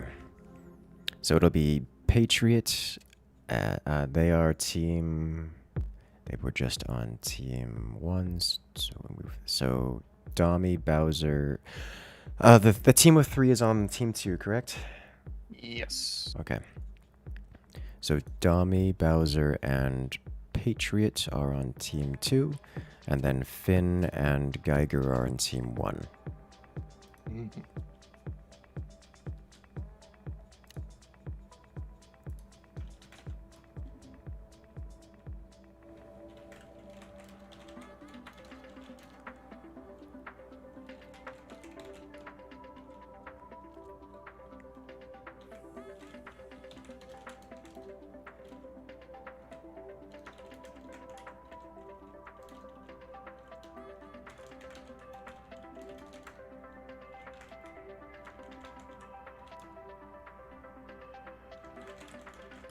All right, then we are ready to go.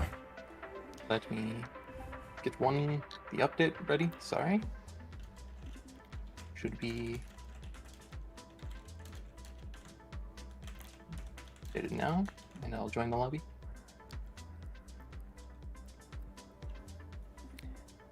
Yep, just about ready to go then. Okay. Almost. In that case, I've got some tasty, delicious purple juice. I know it's my purple juice because it's purple.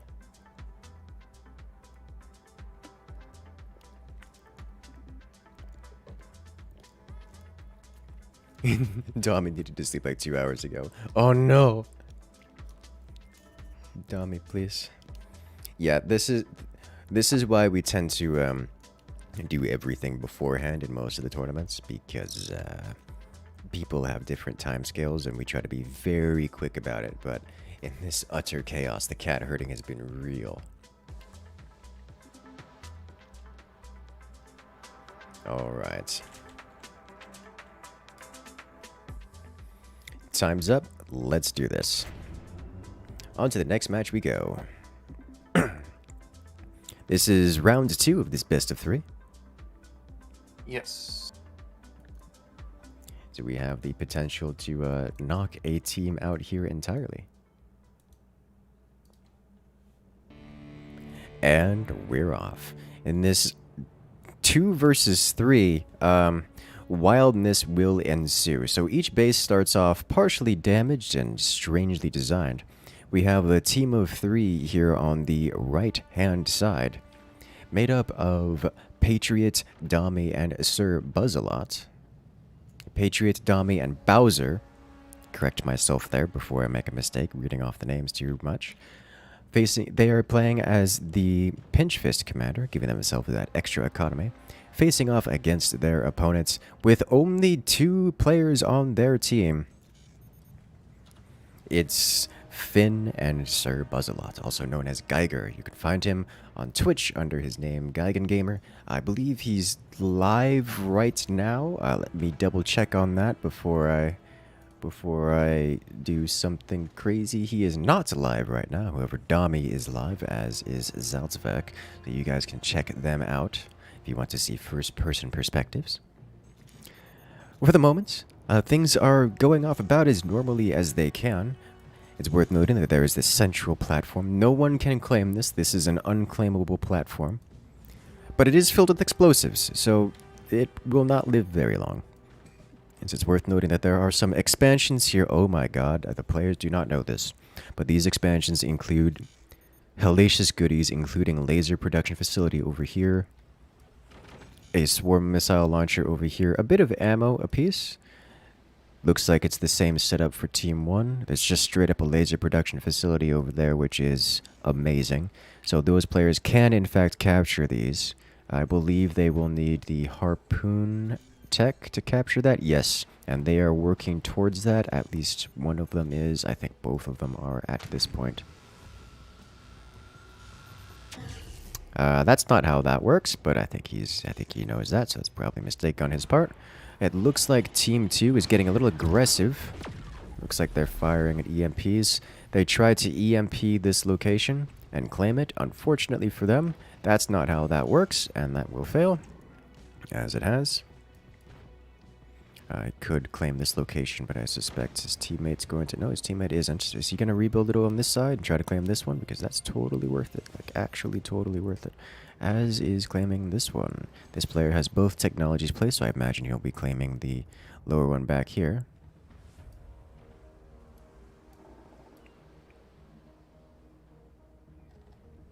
Will he do it?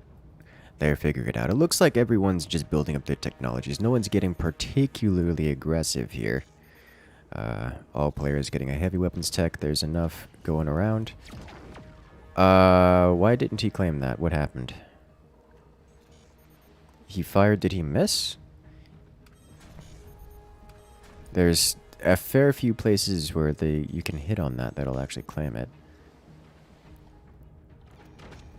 They have claimed the forward outpost, giving them access to a missile platform, which is very cool. Looks like they're going to turn it into an anti-air platform at that. Alright, once more, are you trying with this? He doesn't have the ammunition to attempt to try again. I don't know if he's going to make it, or if he's just given up on that hope after the first failed attempt. This player is going to attempt to claim the rear fort, the rear expansion. No one's going for an early opener. Everyone's just playing it defensive right now. Is he trying again? He doesn't have the ammo placed, so he can't try again just yet. But he also isn't selling the harpoon, so he probably wants to try again. There is so much metal involved. Oh, did we get a claim? We did. Here, the team 3, these right-hand team here has claimed this rear fort, getting them access to the heavy weapon production facility. I bet they're surprised about that. That's a pretty big oof. So much money they could have spent on other things, and time. Is he getting an up? There's the control projectile. So he's going to give it one more attempt to claim this rear technology. Unfortunately, he already has the rear the laser production facility under production right now. So that's no, that's actually completed. He's fully completed it. So he's going to gain this and gain nothing for it, which is... I mean, he's going to gain some extra space and with it potential more economy, but like... That's still sad to see. First missiles are being launched out of the forward swarm missile platform.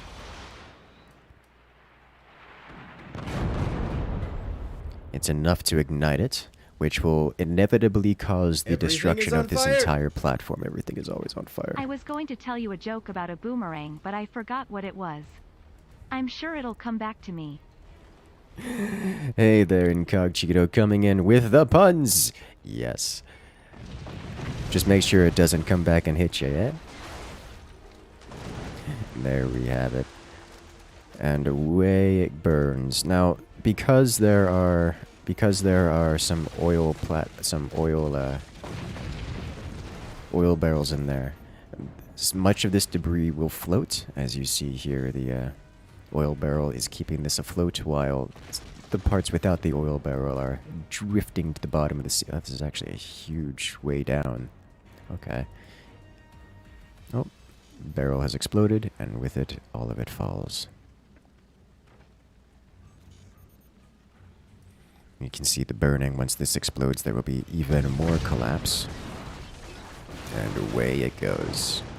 Bye! It is only a matter of time before this all falls apart. But the first shots have been fired.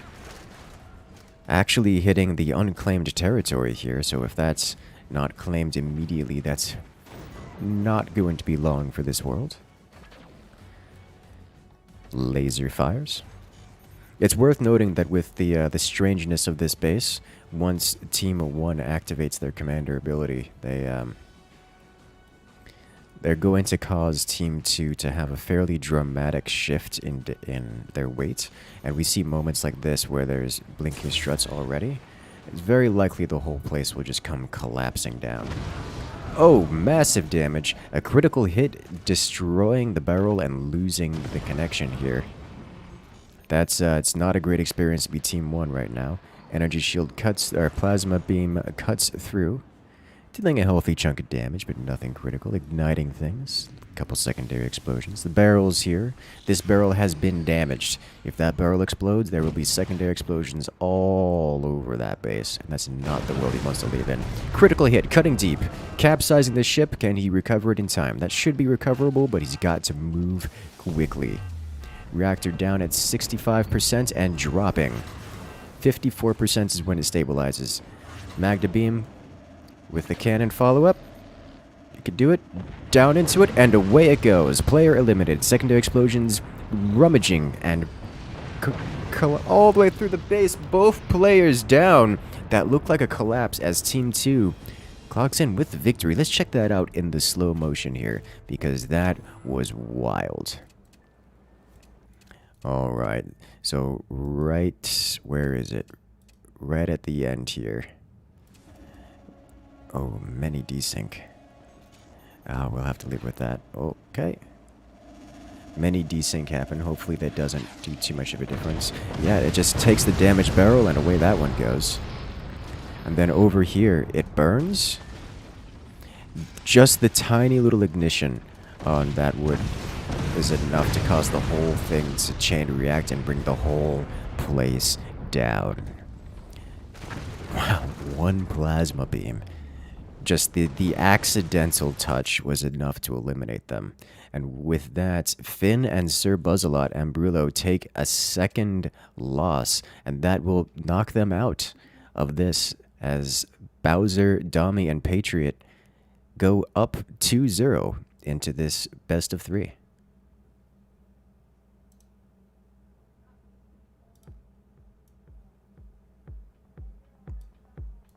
Alright, so Dami and Bowser will move on to the finals to face against their opponents, the Seep team.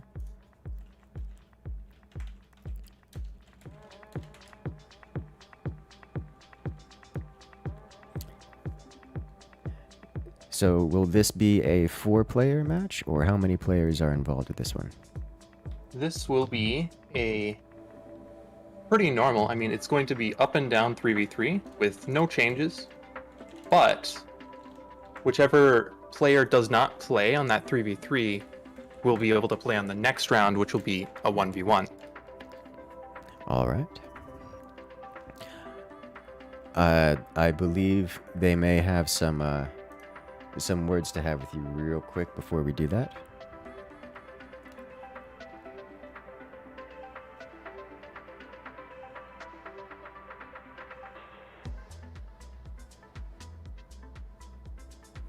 Alright then. They will make that official, it would seem. Those players on a different time zone are going to be...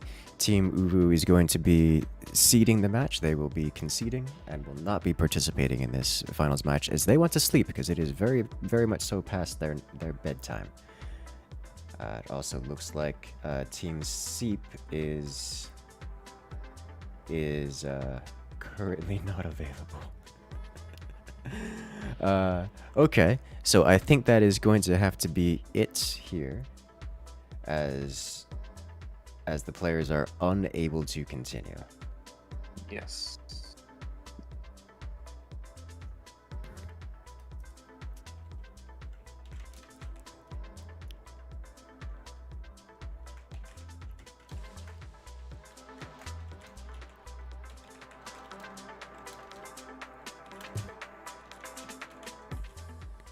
Looks like going to be Team Uwu, which with Bowser and Dami and Banwo will be taking second. Seep will be first.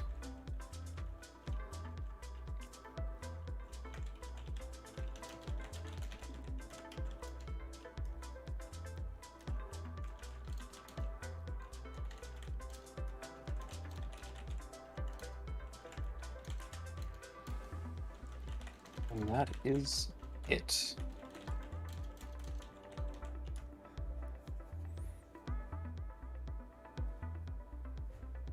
Alright then, ladies and gentlemen, you've seen it here first, or perhaps over at Salzwerk's or Dami's channels coming in with the raid to say hello there. And yes, it is a bit late for the it is a bit late for a lot of the players here. So we're going to be winding it down. Congratulations to Team Seep with the 100. I see that in the in there. As Team Uru has to step out, citing it being too late into the night for them. But congratulations to the Seep team getting through the brackets, getting through the match, all the matches, all the chaos, without dropping a round. Unfortunately, they weren't able to play in the finals due to their opponents having to leave, but hopefully that will be fixed up for the next time. But for now, that is going to wind down the Controlled Chaos event for this time, and we look forward to seeing what kind of chaos comes up for the next time. But for now, have a good one, everyone, and I'll see you guys later.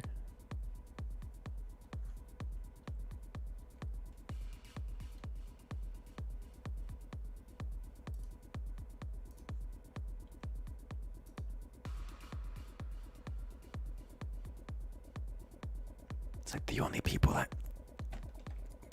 that can raid they just left. Salzwerk just raided me. Make sure to shout out Salzwerk. And Dami is going to sleep, so like I can't raid him. So like what do? What do? Hey, you guys want to go check out Giant Grant Games? He does content. He does good content. Yeah, let's go check out Giant Grant Games. I haven't interacted with them before, so hopefully you guys are gonna be nice. We can do a bit of a raid reactions here on the way out. You know what? Let's go ahead and do that. We'll do a bit of a raid reactions here on the way out. I need to actually get this all set up nicely for you guys so you guys can see everything. That's not the page I need to do. I need to do this one. And that is an ad, which is winding down now. Alright, sweet. Hey, oh. Okay. Looks like he's doing a recording, so he's probably not going to react to this, but nevertheless, let's send you guys over to there. You can always, the incursion knows. We'll see if we get a reaction out of him. Probably won't. But let's do it nonetheless. Alright, guys, and I will see you guys in his chat, because I will be there. 6, 7, 8, 9, 10, 11 hatches. I don't think we need 12 hatches, but 12 hatches would be 3 control groups of units every time that I make, and that would be a nice even number. So I'm going to do it. Then we're going to leave some guys over here just for defensive sake. The incursion knows. See how it goes.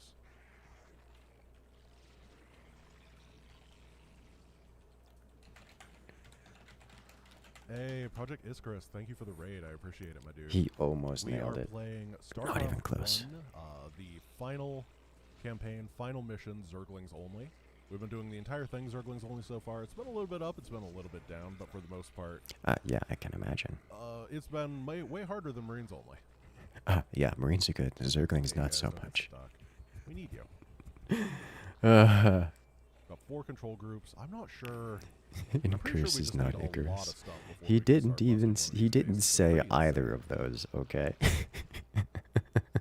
It's okay. He's fast reading. I haven't interacted with him before. As far as I'm aware, he hasn't encountered me either. I am not at all surprised by that. But anyways, I believe what he's doing is he's recording while live, so we're not gonna intervene. We're not gonna cause too much chaos on him. So make sure to check him out, guys. He's another good content creator here doing what is an incredibly difficult challenge to do. So make sure to give him support, and I will see you guys later.